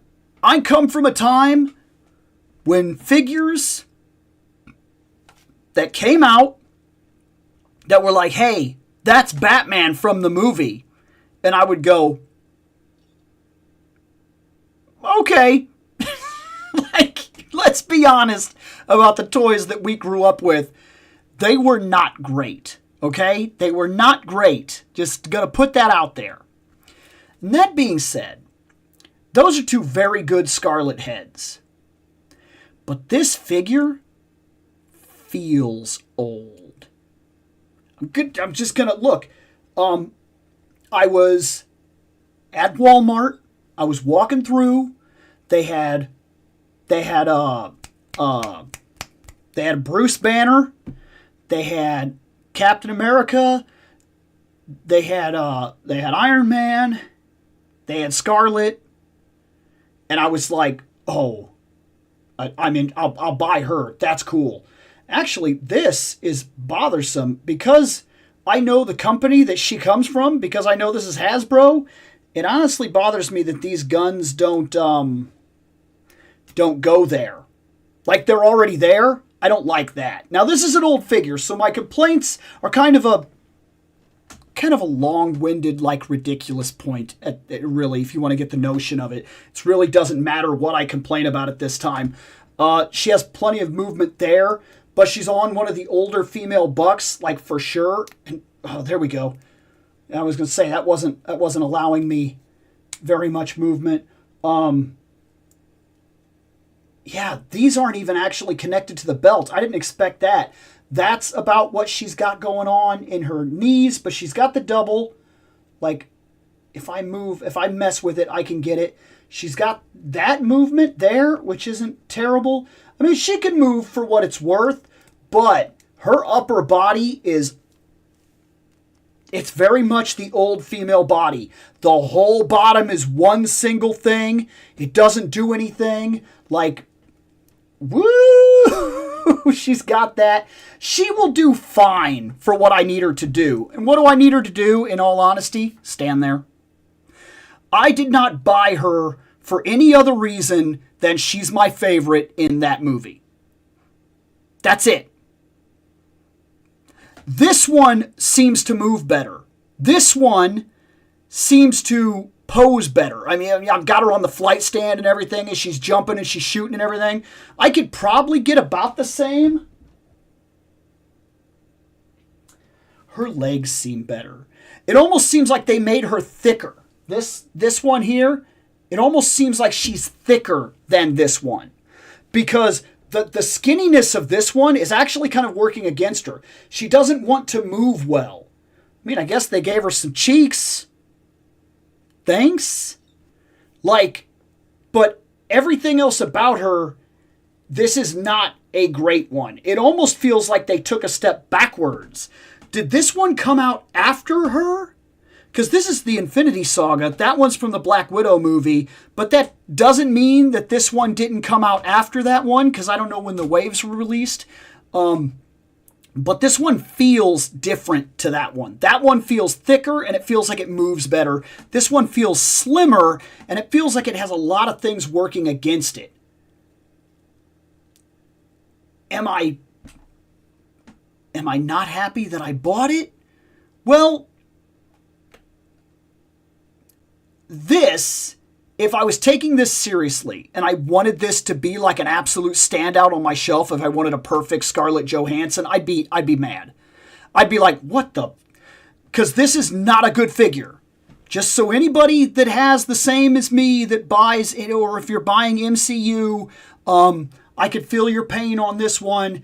The head sculpt is good.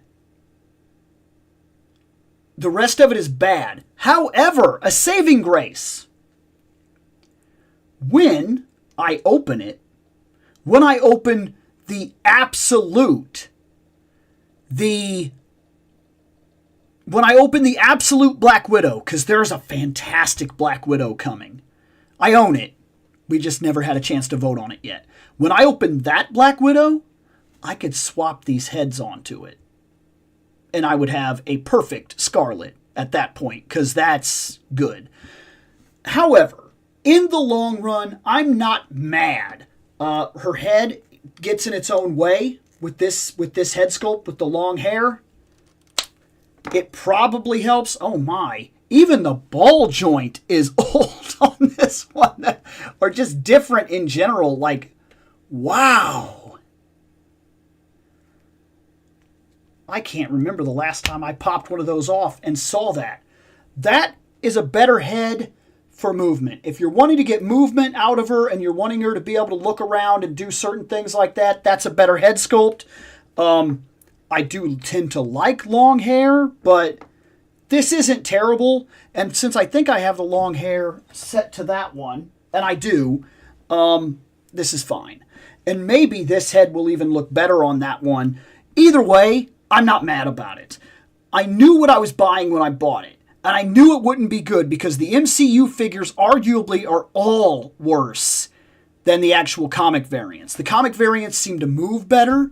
And maybe it's because they don't have to worry about dimensions. Maybe human body dimensions kind of really screw up the way that Marvel Legends is made, where when Marvel Legends can kind of step away from like human shaped bodies and kind of like mess with the dimensions the way they want, that allows them for more versatile movement maybe. That's argument to be had. I don't know 100%, but it feels like it's different. That's what I'm saying. I'm noticing it. But Black Widow added to the shelf. I told you why she's added to the shelf. And I'm not mad. I'm just disappointed. No, I'm fine. It really doesn't bother me because the only thing I bought her to do was stand there. In fact, arguably, if I'd have found her as a statue, I'd have bought that. This was cheaper. It at least has some kind of versatile movement. And I'm sure that if I set her alongside some of the Joes and do like a cool battle scene, she'll fit right in. I'll make it work more than likely. I don't feel like I'm not going to get what I want out of her. Back to the chat. And it's a lot. Did you decide on the Tigra follow-up? I have not decided. I've been waiting for this check to hit. When this check hits, and I'll rework my budget for the end of the month, if I have over $100 in my toy budget leeway, not the $100 that I normally put in, $100 leeway, which it's looking right now like I'm going to have, I think I'm going to replace Tigra. I think I'm going to buy her again. I don't know how I should feel about that one, because it really does bother me to pay that amount of money for another Tigra. But the more I mess with Tigra, she sits here on my desk right now. You seeing what I'm getting at? I had to have had a quality control issue. Her knee is not giving me that kind of problem, like the one that broke. And I'm also not experiencing that problem with Vampirella. And I have this entire line. I am fully invested in icons. I have bought every single icon figure. To not have Tigra bothers me at this point. Plus, who doesn't want this fantastic Tigra holding on to Conan's leg in some epic fantasy shots? Right? Like, I'm gonna do it. I just gotta see what Friday looks like. If Friday bars that I have the money, I'm gonna replace her. Thank you again. Like, you're blowing my mind over here, man. It really does. I don't expect to make anything from this, in all honesty. To see you do that sometimes, it really does. It absolutely blows my mind that you give me anything, man. I'm absolutely, unbelievably. Thank you, man. Look, Mechaneck is Master of the Universe equivalent of Elongated Man. What is the basic level that tariff is starting to sway you not to purchase?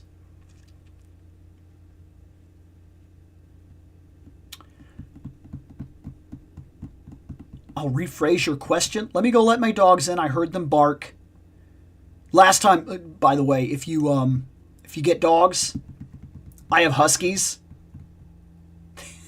They don't want to listen to what you have to say. They were both outside and they were playing with the dog that was in the other yard. So now they'll come in. Let them in and let me answer this question because I do have something to say about it. Puppies. Puppies. Doop, doop, doop, doop, doop, doop.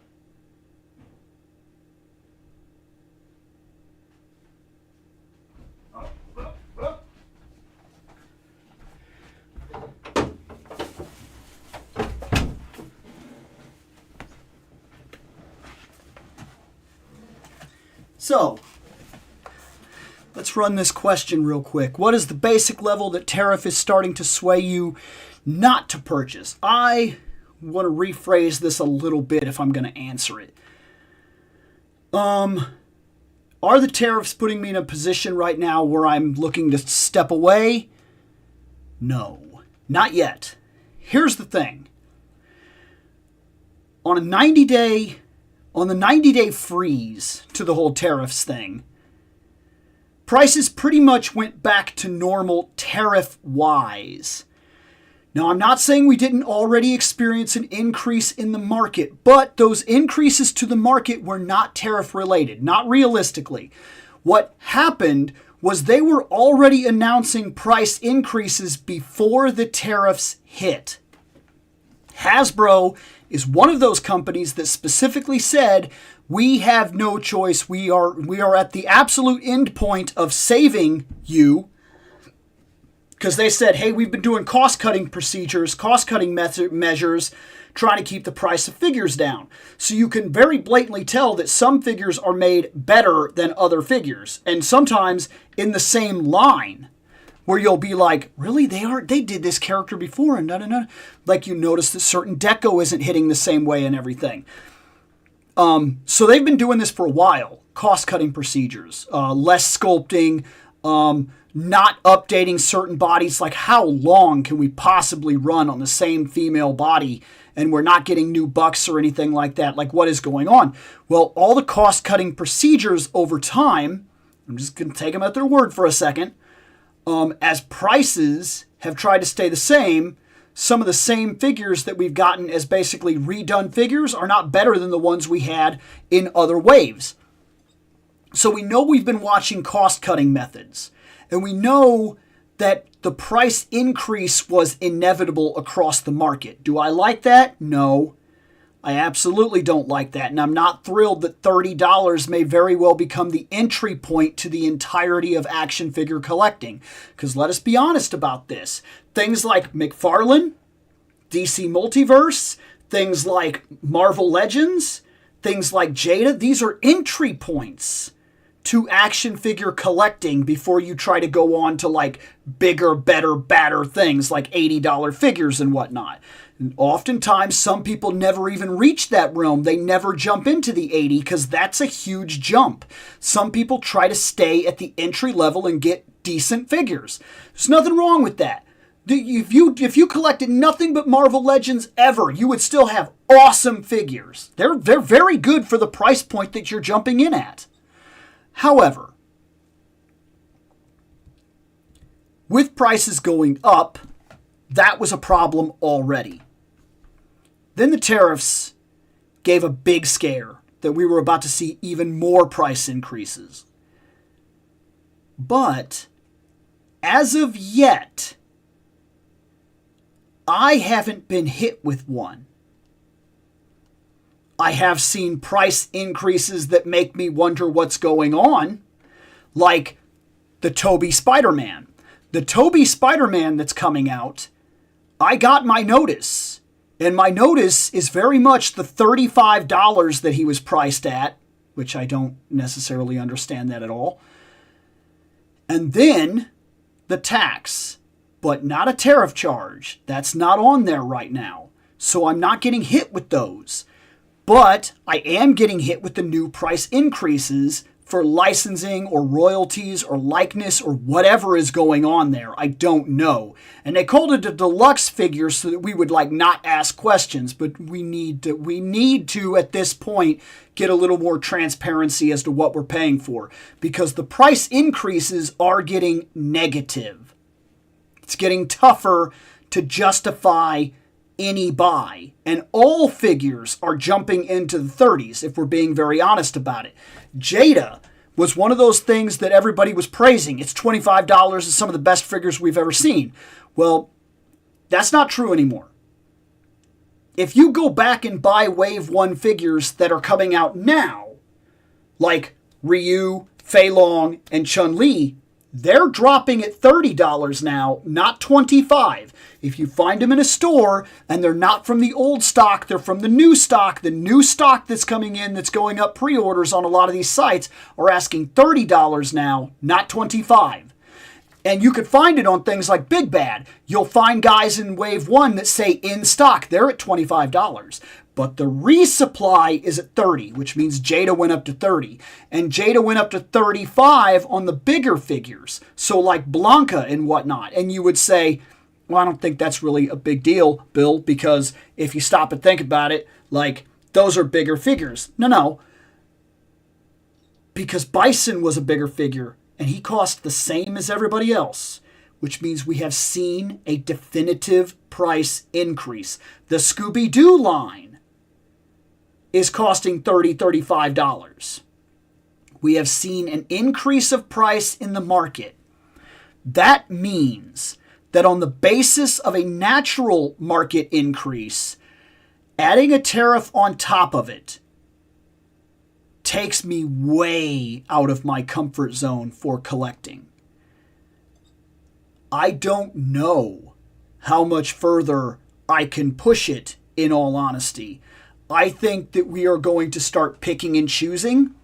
And luckily I already do this. I pretty much cherry pick hard in every single thing that I like. I like Marvel Legends. You will not see me review entire waves of Marvel Legends. You will see me review the one or two figures I like. That's also true for Origins. That's Motu Origins. I cherry pick it. There are 4 figures on the floor over here. That is it. 4. And they're not bought recently, because I'm not doing it. I am concentrating a little more on conventions now, where I go in and I find convention figures like this, and I stock into my Playmates. I bought the Ninja Turtles. I went ahead and I bought the Ninja Turtles that I wanted, and you'll notice that I skipped on the new ones that came out. Even though I was directly asked, what do you think about these new Ninja Turtles, the new ones that just came out? Did you get that pack of turtles? I did not. I did not, because now I am at a point where my $100 is no longer going as far as it used to. I take $100 out of every check that I get and I put it onto my card. And my card, then, I make purchases on toys. And if I only buy $20 worth of toys, then what I put on there next is all my money again and yada yada, and that card maxes at $500 and I don't go over it. I have a very strict toy budget. However, if figures start costing me $50 a pop, which could very well happen, it's going to come down to buying one figure, maybe every now and then. And I'm just talking about figures. If these things hit and they hit hard, and they hit everything, then I won't be buying any figures. I'm well aware that we are going to enter troubled times for collecting. I'm not oblivious to it. But I will say this as a light at the end of the tunnel. I don't think... I've seen a lot of things I did not expect in my lifetime. But I really don't think, even with everything going on, that these things can or will last. I don't think we can hurt ourselves or other people as bad as some people would like to believe we could. And the world is way too interconnected at this point for these things to stick around. I honestly believe that the tariffs are nothing more than a scare tactic. A dumb one, but a scare tactic nonetheless. And the fact that they were put on hold so quickly, he was like, we're rocking them out, we're doing them, here they come. And then immediately they pulled back on that, and they said, we got some people to come to the table. I'm not saying one way or another. I don't know anything about it. That's why I put it in quotes. Did he really? I don't know. Maybe not. Did he really? Maybe so. Maybe he's making deals. I have no idea. Let's be honest about the situation. I don't know. And most people that claim they know don't know in all reality. I do know this. The fact that we're already pulling back and putting a 90-day wait on them. No. We're gonna wait. Almost every single one of my figures immediately dropped in price. I mean, if I'm really thinking about it, because I buy a lot of stuff from Big Bad, and a lot of my stuff is not going to have a tariff charge if it comes out when it's supposed to come out, because 90 days is a long time to grab up some figures. And I think by the end of the 90 days, if they do enact, I can't see them enacting in a way that's going to stick around very long. Because it doesn't hurt just this industry, it hurts all industries. If I have to choose between food, rent, toys, there are certain things that are going the wayside, and toys would go the wayside, and entire industries would fail. I'm not saying it's impossible, but the likelihood of entire industries, we're already watching layoffs and things like Hasbro and things like that, where they ditched 2,000 members, those kind of things where they're like, oh, we fired 200 people, or we did this, or we did that, and companies like Ubisoft doing we're in a spot right now where I simply don't see it happening that way. I think that for what it is, right now, I don't know if this is really going to hit us. If it does, we are going to make some big decisions, life-altering collection decisions. And it's going to hurt not just us, it's going to hurt the real working people that work for this industry, because we simply can't play anymore. But I don't see this going the distance. I'm crossing my fingers, and maybe one could say hoping against hope, that we will not have to worry about it, in all honesty. I don't think that this is going to hit us the way that most people are thinking right now. And I think a lot of the videos and whatnot are doom videos because they get clicks. I hope I'm right. I hope I'm right. Mechanic must have been a grade A next level idea for the writing room. Frankly, it's wow. Good job there. There's been rumors the MCU Fantastic Four will meet the Fox fan. Really? Oh, you know what? You know what it could be? If that turns out to be true, it could be the Council of Reeds. Like, because he does have a Council of Reeds where he talks to other Reeds. And if they did something like that, that would actually be pretty cool. If so, maybe they will make Marvel Legends of both Fantastic Four teams. That would be cool. I don't care what anybody says. I still watch those Fantastic Four movies. I liked them for what it is.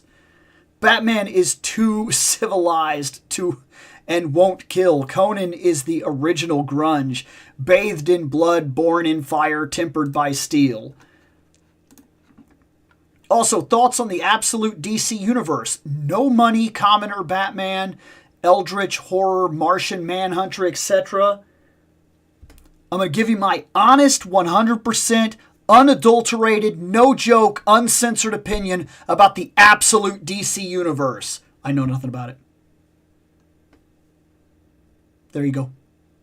I haven't read a single book, and I'm not watching YouTubes, and I'm not interested in the in like comics explained things or anything like that.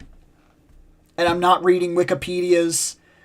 I have no thoughts on it whatsoever, because the only storylines I care about in comics are storylines that I have read or will read.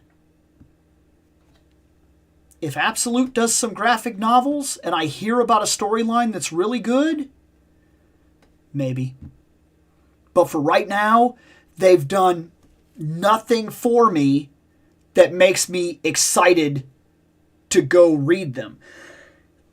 And to put that into perspective, just so you know, we've talked about this. Bill is old. The thing that gets me is that Absolute DC feels like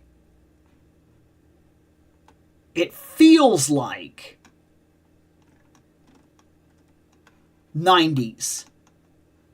Like, it feels like they noticed that superheroes were this. And people don't like this anymore. And then, because comic books is desperate to get somebody's attention, please get in here! Please! They made this decision to, like, hardcore up the universe. Batman has a big axe thing on his chest. Like, Wonder Woman very much looks like they went back to the new DC 52 or like 90s variant type of thing where like she's hardcore now. And Superman, this ain't your grandpa's Superman, boy. Like, looking from the outside, knowing nothing about it, when I look at the covers, when I look at the attitude of it, when I look at the, like, artwork and whatnot, I feel like it's when the 90s had to be edgy for the sake of being edgy. And maybe it is really good. I don't know. But they've given me no reason to, like, care. And right now, while I'm spending $160 on Conan the Barbarian books,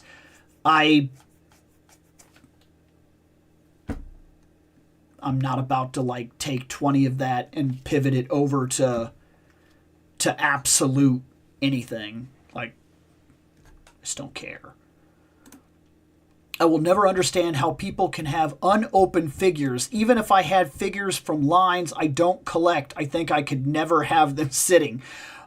So that's one of the hardest things about doing this YouTube for me. Literally. One of the hardest. I have figures that I would love to open right now. Figures that I bought that have sat here for a long time that I've been saying, I need to open that. I need to see that. I need to be a part of that.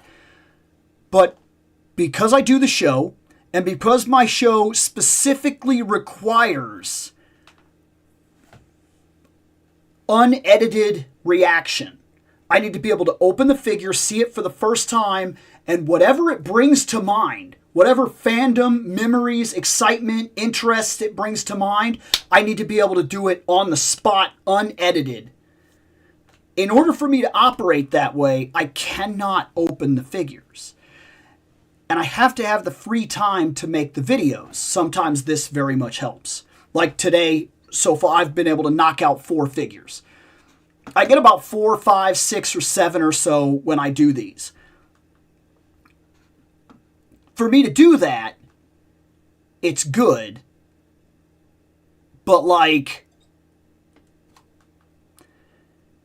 it's also nerve-wracking when a figure shows up that I absolutely want to open, like I desperately want to open it, and then I don't have time to film because I've got a bunch of other stuff that I'm doing, and then it falls to the wayside and it ends up like a month, 2, 3, 4 months down the road, sometimes a year, because I can only film what I can film and I can only do what I can do. Sometimes it blows my mind the rate that other people are able to open their figures. But they don't open them like I do, by the way. Any guy you go to on YouTube already has them open. Like he's already opened it and already played with it, already moved it around, and he's doing like a review. And I don't do that. I need the first feelings.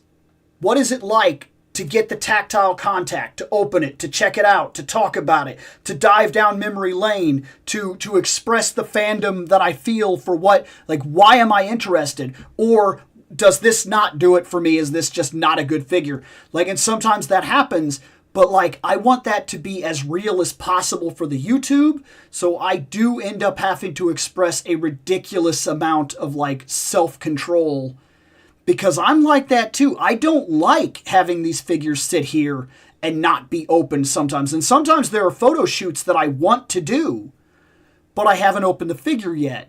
And I haven't had the time to open the figure because I only do this I normally get about 2 days a week to open some figures, if that. And the rest of that time is I have to mow, I have to take care of the house, I have to set my stuff, sometimes have to rearrange things, I have to get a photo done, I have to do some videos, I have to do some editing, I hang out with my daughter and we play video games and things like that. And anytime I'm doing anything else, I'm not doing this. And if I'm not doing this, I'm not doing this. So like, that's why figures go unopened. But trust me, I notice it. Keaton, you know the quote. What is best in life? To crush your enemies, see them driven before you, and hear the lamentations of their women. Now listen, that is not Conan. I know that permeates the culture. I know it. And I like that movie. So please understand when I say this. Arnold is not Conan. Period. They got the character wrong. That is not the book Conan, and that is not the comic Conan. My preferred Conan the Barbarian is the original Marvel Years comic. That, for me, is quintessential Conan. Now, that might rub some Howard fans the wrong way. Don't misunderstand my quote. I have read all of the Conan stories, Tower of the Elephant being my favorite. And I love that. But I would argue that the original Marvel Years adaptation of that story is every bit as solid as reading it. And I would argue, this might rub some people the wrong way, that the Savage Sword adaptation of the Frost Giant's daughter is better than the book that I read. I know, I get it. But Arnold, in a movie about Conan, in the time that it was made, that helped pivot that to the masses and say, look, Conan is a thing, it worked. And it worked well, and it's enjoyable and fun to watch. That is not Conan. Conan, first off, is not a slave. Ever. You have never, ever read a Conan story where he would be willing to deal with that. He would bite off his tongue and rather die on his feet than ever live as any man's servant. He serves no man, no lord. Ever. That is not a thing. His pride will not allow it. He would bite his tongue off and die on the spot if he couldn't fight his way out of the situation. Not a thing, not a Conan thing. 2, Conan is educated, and he has a tactical mind. He has learned the art of battle from being a mercenary, a guard captain, and everything in between. He has learned the pirate's life, the thief's life, the mercenary's life, the soldier's life. He's been a leader of men. He is farthest thing in the world from an idiot. What that movie does is showcase the public's perception of Conan. But it's not Conan. Conan, if asked the question, what is best in life, that would not be his answer. Ever. Not at all. And so I don't misquote. Let me look that real quick, because I want to be sure about this before I say it, but I'm pretty sure I know this quote.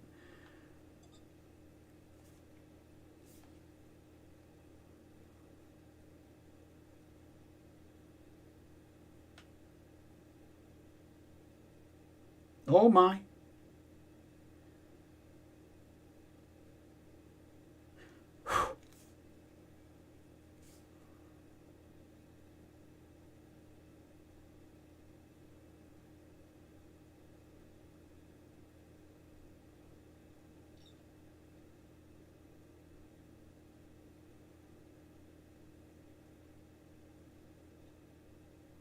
Here it is. I'm going to tell you something right now. This is what Conan says about life when asked if life is real, if it is a dream, if it is worth living. He says, if the world is a dream, then so am I. So who cares? He also goes on to say, in that moment,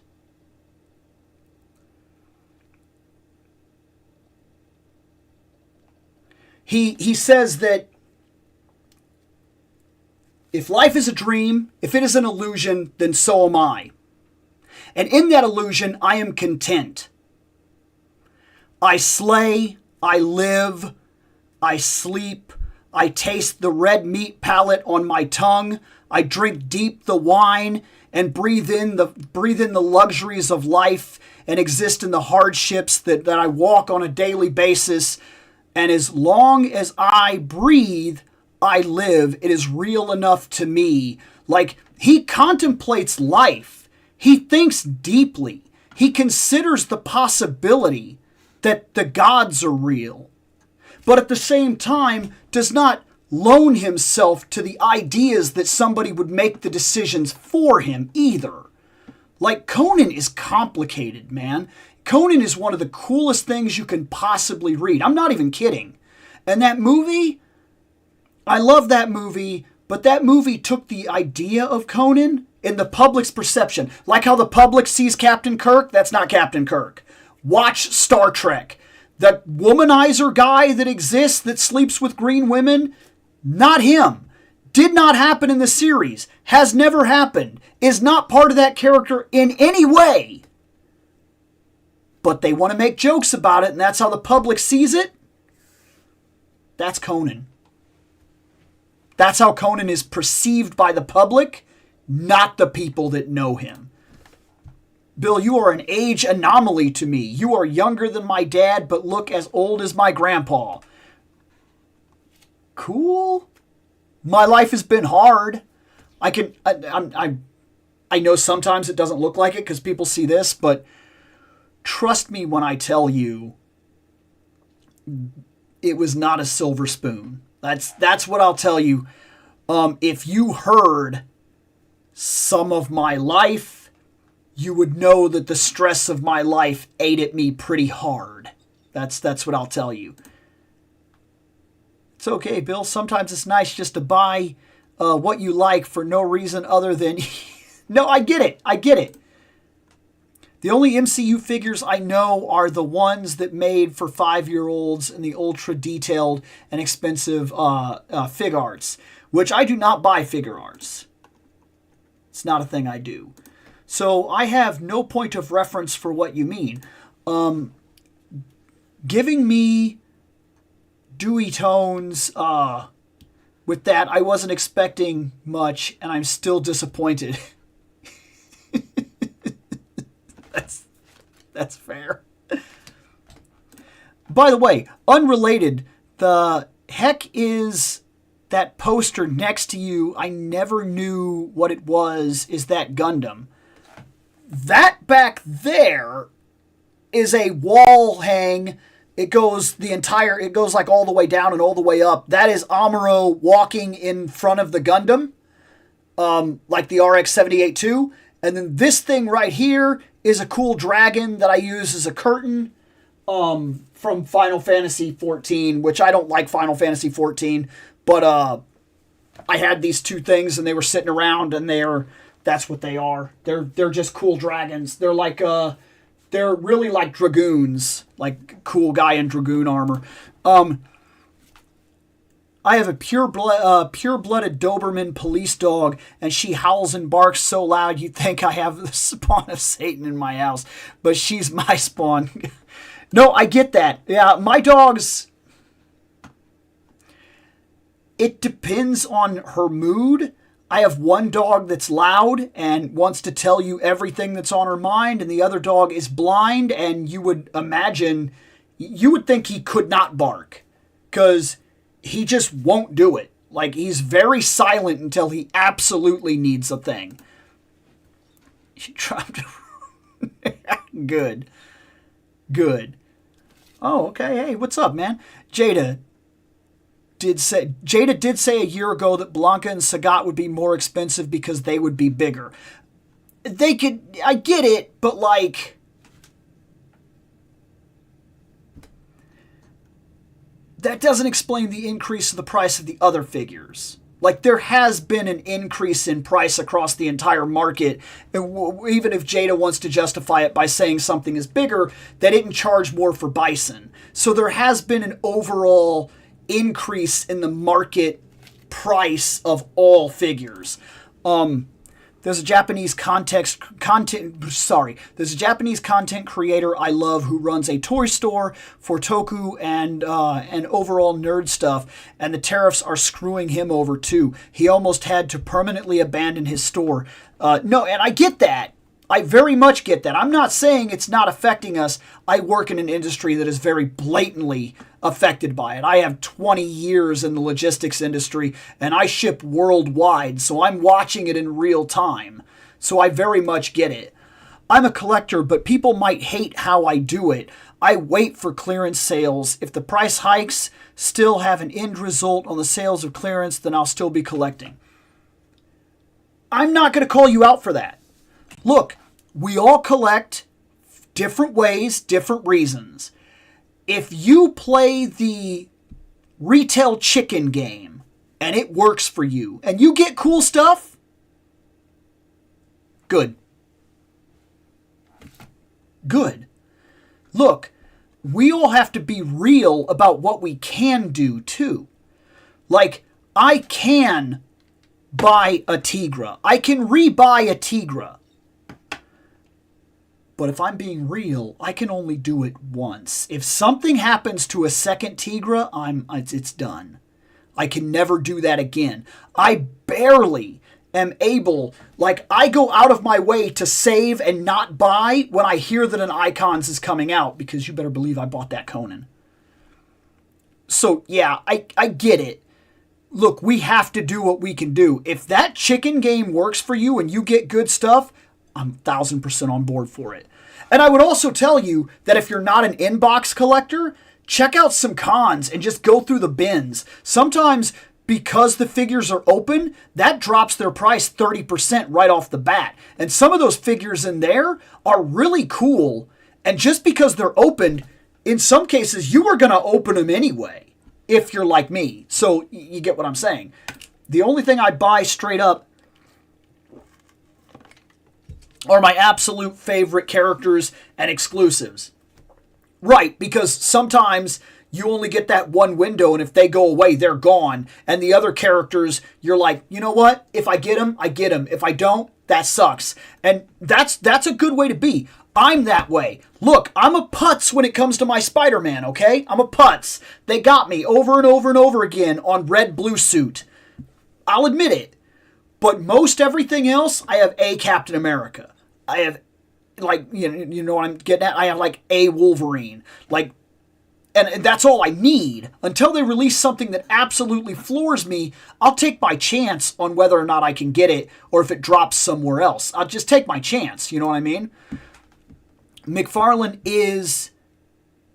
has the Batman Forever mobile. Okay, I get what you were saying. McFarlane has the Batman Forever Batmobile with Alfred and Batman Forever Batman and Riddler bundle right now for $93 on sale.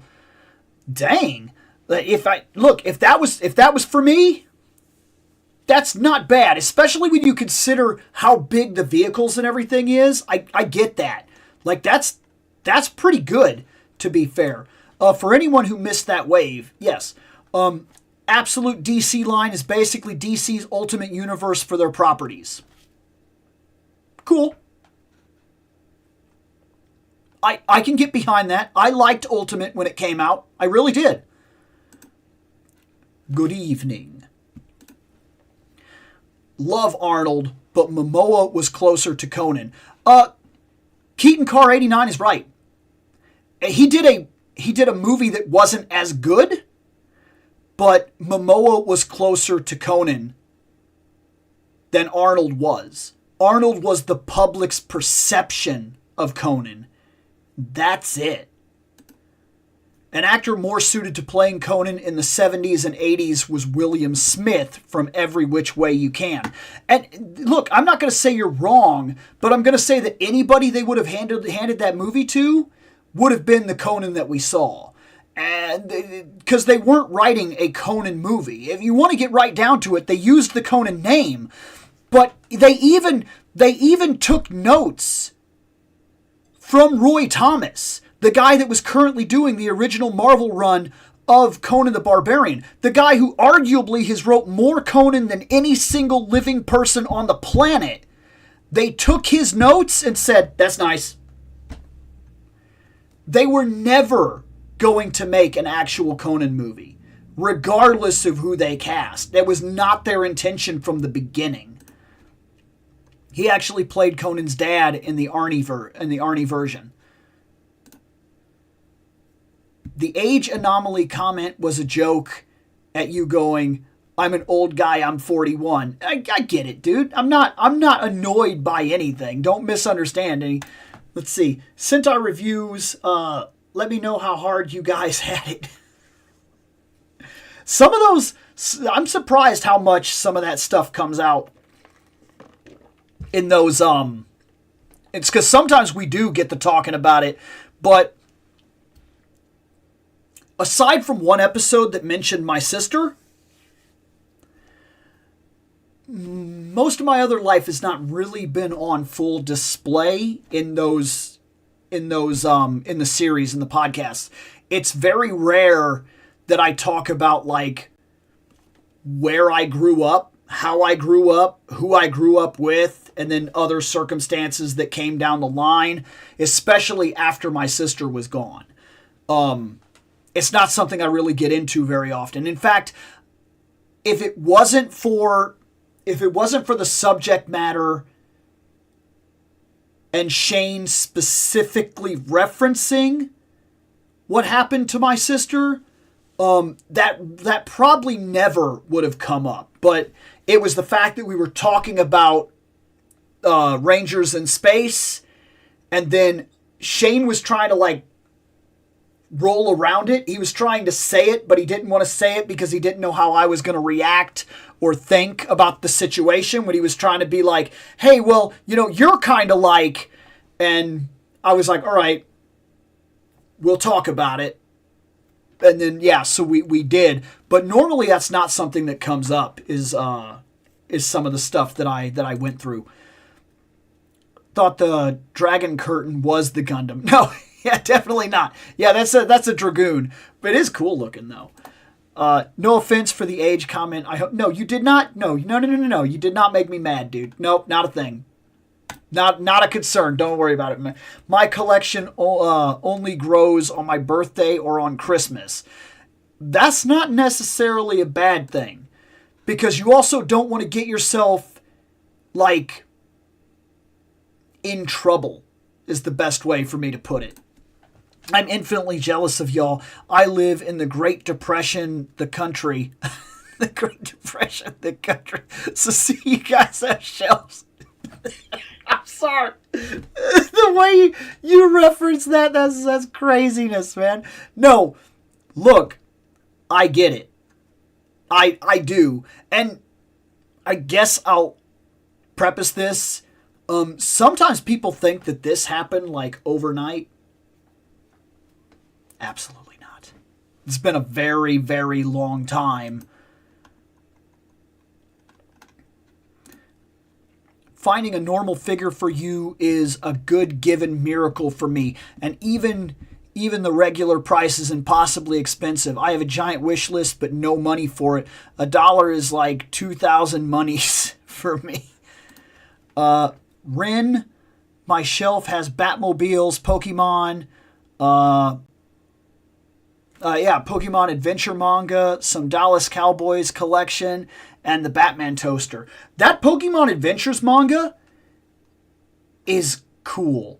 That, like, with some changes, I wish that's how Pokemon would have worked. I wish that Pokemon would have actually, because the Adventures manga, you start with Red. Then you move on to the kid, Yellow. And Red is still, he's still there, but he's no longer the focus of the book. And like, you just keep going forward into the other protagonists. And then sometimes characters like Red or whatnot will show back up a little older and whatnot. Like that, I really like that. That is the way it should have been handled. You know, they never should have made Ash. They should have ran Pokemon like a Power Rangers series and just brought in new characters every single time we were going forward on the next adventure so they could get better and they could learn and advance, and then maybe Ash could meet back up 5-6 seasons down the road and like just floor you with how good he's gotten or something like that, and really give the new protagonist something to look forward to. Like, that's the way they should have handled it. I want to pull a heist on your room, buddy. All I have is homemade wooden weapons. I had a couple of those. A Rider poster, a single Sentai trading card, a Rider morpher that I bought when it wasn't outrageous to buy. I get it. I know when you look at this, you don't know, but I lived with a lot of nothing for a long time. I'll be honest, Jada Street Fighter figures stay in box for me. They're just too nicely packaged to open. The knockoff $25 Storm Zangief I did buy and open. It's actually a very strong figure. I am infinitely fighting with myself about the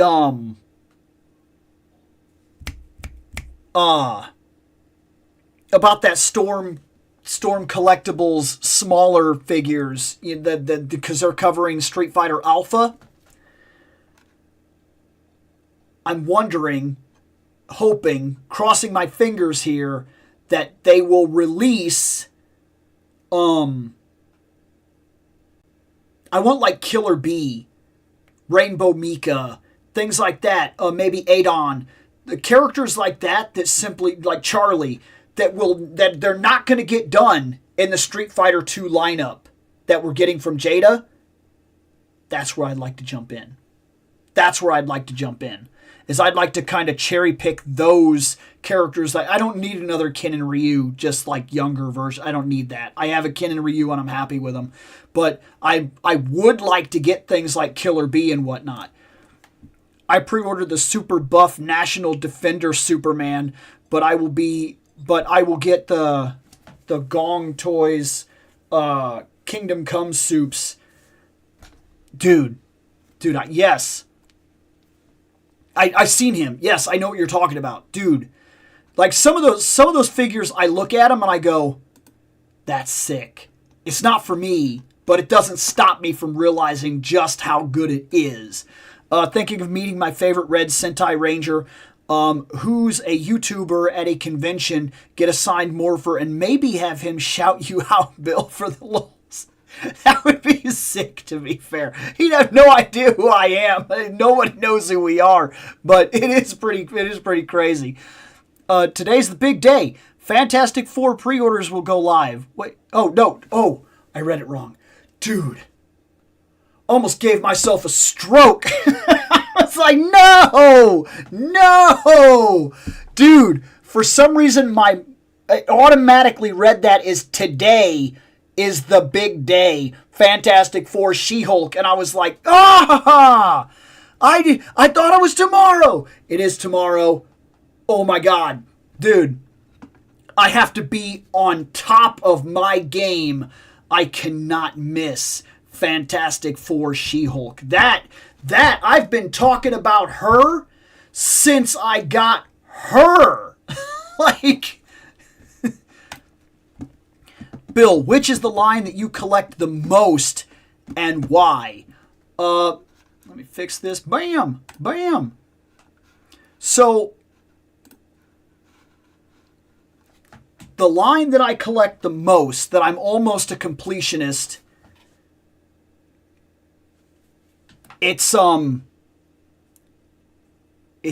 Masterverse. I've talked about it before. I like things like Conan the Barbarian. Okay, it's my favorite. I love it. But things like Fire and Ice, Tigra, that doesn't happen very often. There's not a huge market for affordable barbarians. It's not a thing. Like, I know some people like to think so, because they're like, oh, Four Horsemen, and look, I'm not saying that's bad. I'm saying that realistically, to get it is tough. You got to be on top of your game. You got to spend a ridiculous amount of money. Some of them are overpriced for what they are. And sometimes another company will come out and they'll be like, we have barbarians, and they're like $55 a pop. And like, they're pretty cool, but like, dang, how far can you go with that? These are about $25 a figure. Well, they were. They've went up. And I know that some are He-Man, some are Skeletor. But if you see a lot of my videos where I talk about them, the cool thing about them is how versatile that line is. Every character at base value is nothing more than the avatar of imagination. You have a samurai dude who lost his hand and now has this karate chop hand. And on the back, it's specifically written in his bio that he lost his hand because they took it from him when he was accused of stealing. And it's crazy that if you actually look at the character, he has a sword. And he has a sword on this side. But this hand is no longer useful. And if you think about the way a man would draw his sword, he has to get down and bring this hand. He can't do it anymore. So you got to figure, this guy's such a hard ass that he not only lost this hand, he's still considered a master of the blade when he literally has to pull it awkwardly, flip it around, and use it with his non-dominant hand while he defends and fights with this big giant metal. That's just one guy. And I could write an entire novel on how cool that guy probably is. And that's one part of Motu Masterverse. That's one guy. And I know it has this childish thing behind it, this He-Man thing. But at its core, what Masters of the Universe was barbarian figures to play barbarian games. The original mini-comic, which was before the show, and was the original concept for the toys, which were based on Conan the Barbarian and the 80s barbarians of the time, the idea was very simple. There were two swords, there was a castle. These two swords, there was one of light, one of dark. If you put them together, you could open the castle of Grayskull and unlock secrets of the universe. Secrets so profound, nobody could even guess. The power of the universe was behind those walls. And in order to get the other sword, someone was going to have to kill someone. I mean, realistically, that's the story that was being laid down. Skeletor had to die, or He-Man had to die. And He-Man did not change by holding his sword in the air. He was literally from a barbarian tribe that lived in the jungle, and he went out on his own, and he found the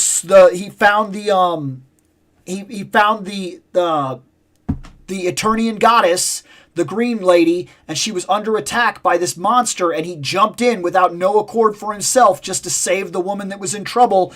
And she found that so profound that she gifted him items that would make him stronger.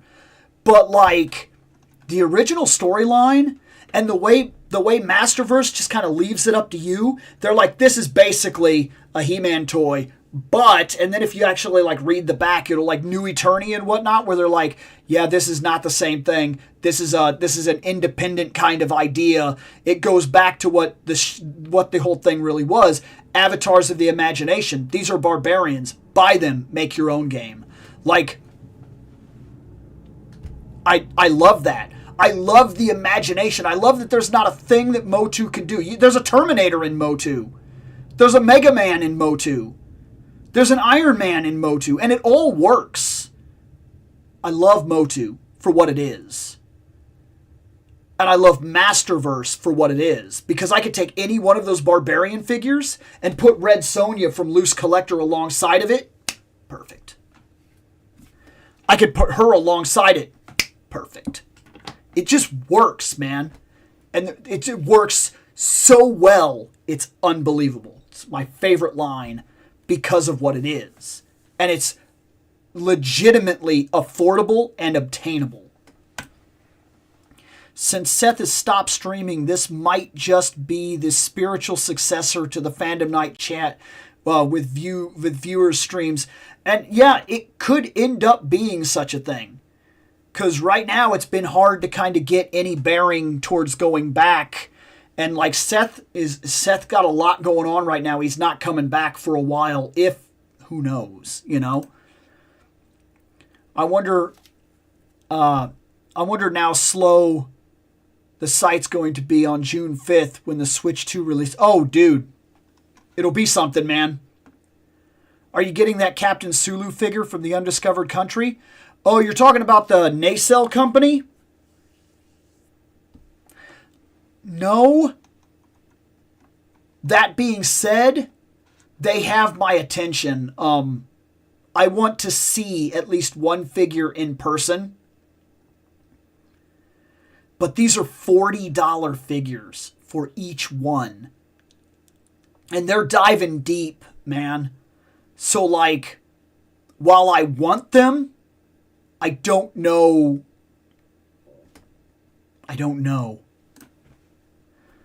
Honestly, Bill, I can just introduce you to the Red Ranger as my boss. I mean, I've been giving material to Fandom Night for 2 years. Didn't mean to give you that big scare, Bill. I thought I've missed out on certain pre-orders. I was watching Pop Culture Jeopardy, and their final Jeopardy Undiscovered Country was the answer question. If I ever become a Toku actor, would you like to surprise guest in an episode of TV or streaming? Dude, I'm going to tell you something right now. If you obtained something like that, and for whatever reason you actually wanted me to show up in an episode or do something, yeah. I mean, of course I would. Who would turn down the opportunity? I mean, realistically. Absolutely, man. If it just like if you obtain your dream, or if Pink Angel obtains her dream, if you ever needed or had any reference for me whatsoever in reality and I could help or I could do something for you, yeah, of course. My ideal barbarian woman figure would be the blacksmith Atlantia from the Sorbo Hercules show. Oh, okay. Oh, she was played by Miss Olympia Corey Everson in chainmail and leather. Dude, Xena's a whole thing for me. It's a whole thing. And I don't mean like, oh my God, Xena. No, like there's an entire life story behind my association with Xena, the warrior princess. I have a couple of videos on here that have talked about it, man. But guys, Thanks for hanging out. I know we had one more figure to open, but I am actually out of time because it is 8:52 and I got to go get my wife. But if you want that entire Xena history, I will make a dedicated video specifically to talk about it, because if I know anybody, if I know even one person's going to watch it, then yeah, sure. I would love Xena figures, by the way. I would love Xena figures. In fact, where are they? I'm sorry. Where are the Xena figures? That is untapped potential right there, man. But guys, I'm going to get out of here. Thanks for hanging out. Got to go get the wife because she doesn't like to be abandoned at her place of work. I will, of course, make chapters of each of these and put them up as single videos. And I will make that Xena Talk video and a couple of other things here and there. I got a lot more stuff that I want to do, a lot more stuff that's coming out. I want to make this very common. I'm trying to make it so that I get in here at least once a week. I am trying to make that because I think that these work very well. I think we have a lot of fun with them. And so I'm going to get out of here. Thank you. I appreciate it. I really do. This channel is growing faster than I ever expected. I literally seem to have at least 1 or 2 subs a day. And let's be honest about it for a second. Even if I had 10 subs a day, the fact that anybody even comes into these streams and talks at all, I'm pointing this way, but I think in YouTube, your chat's probably over there. On my screen, it's over here. That's it. That's everything for me. Just being able to actually sit here and just talk toys. I didn't have this outlet when I was growing up, guys. I absolutely did. Maybe that's a video in its own right. I'm going to get out of here, guys. Thanks for hanging out with me.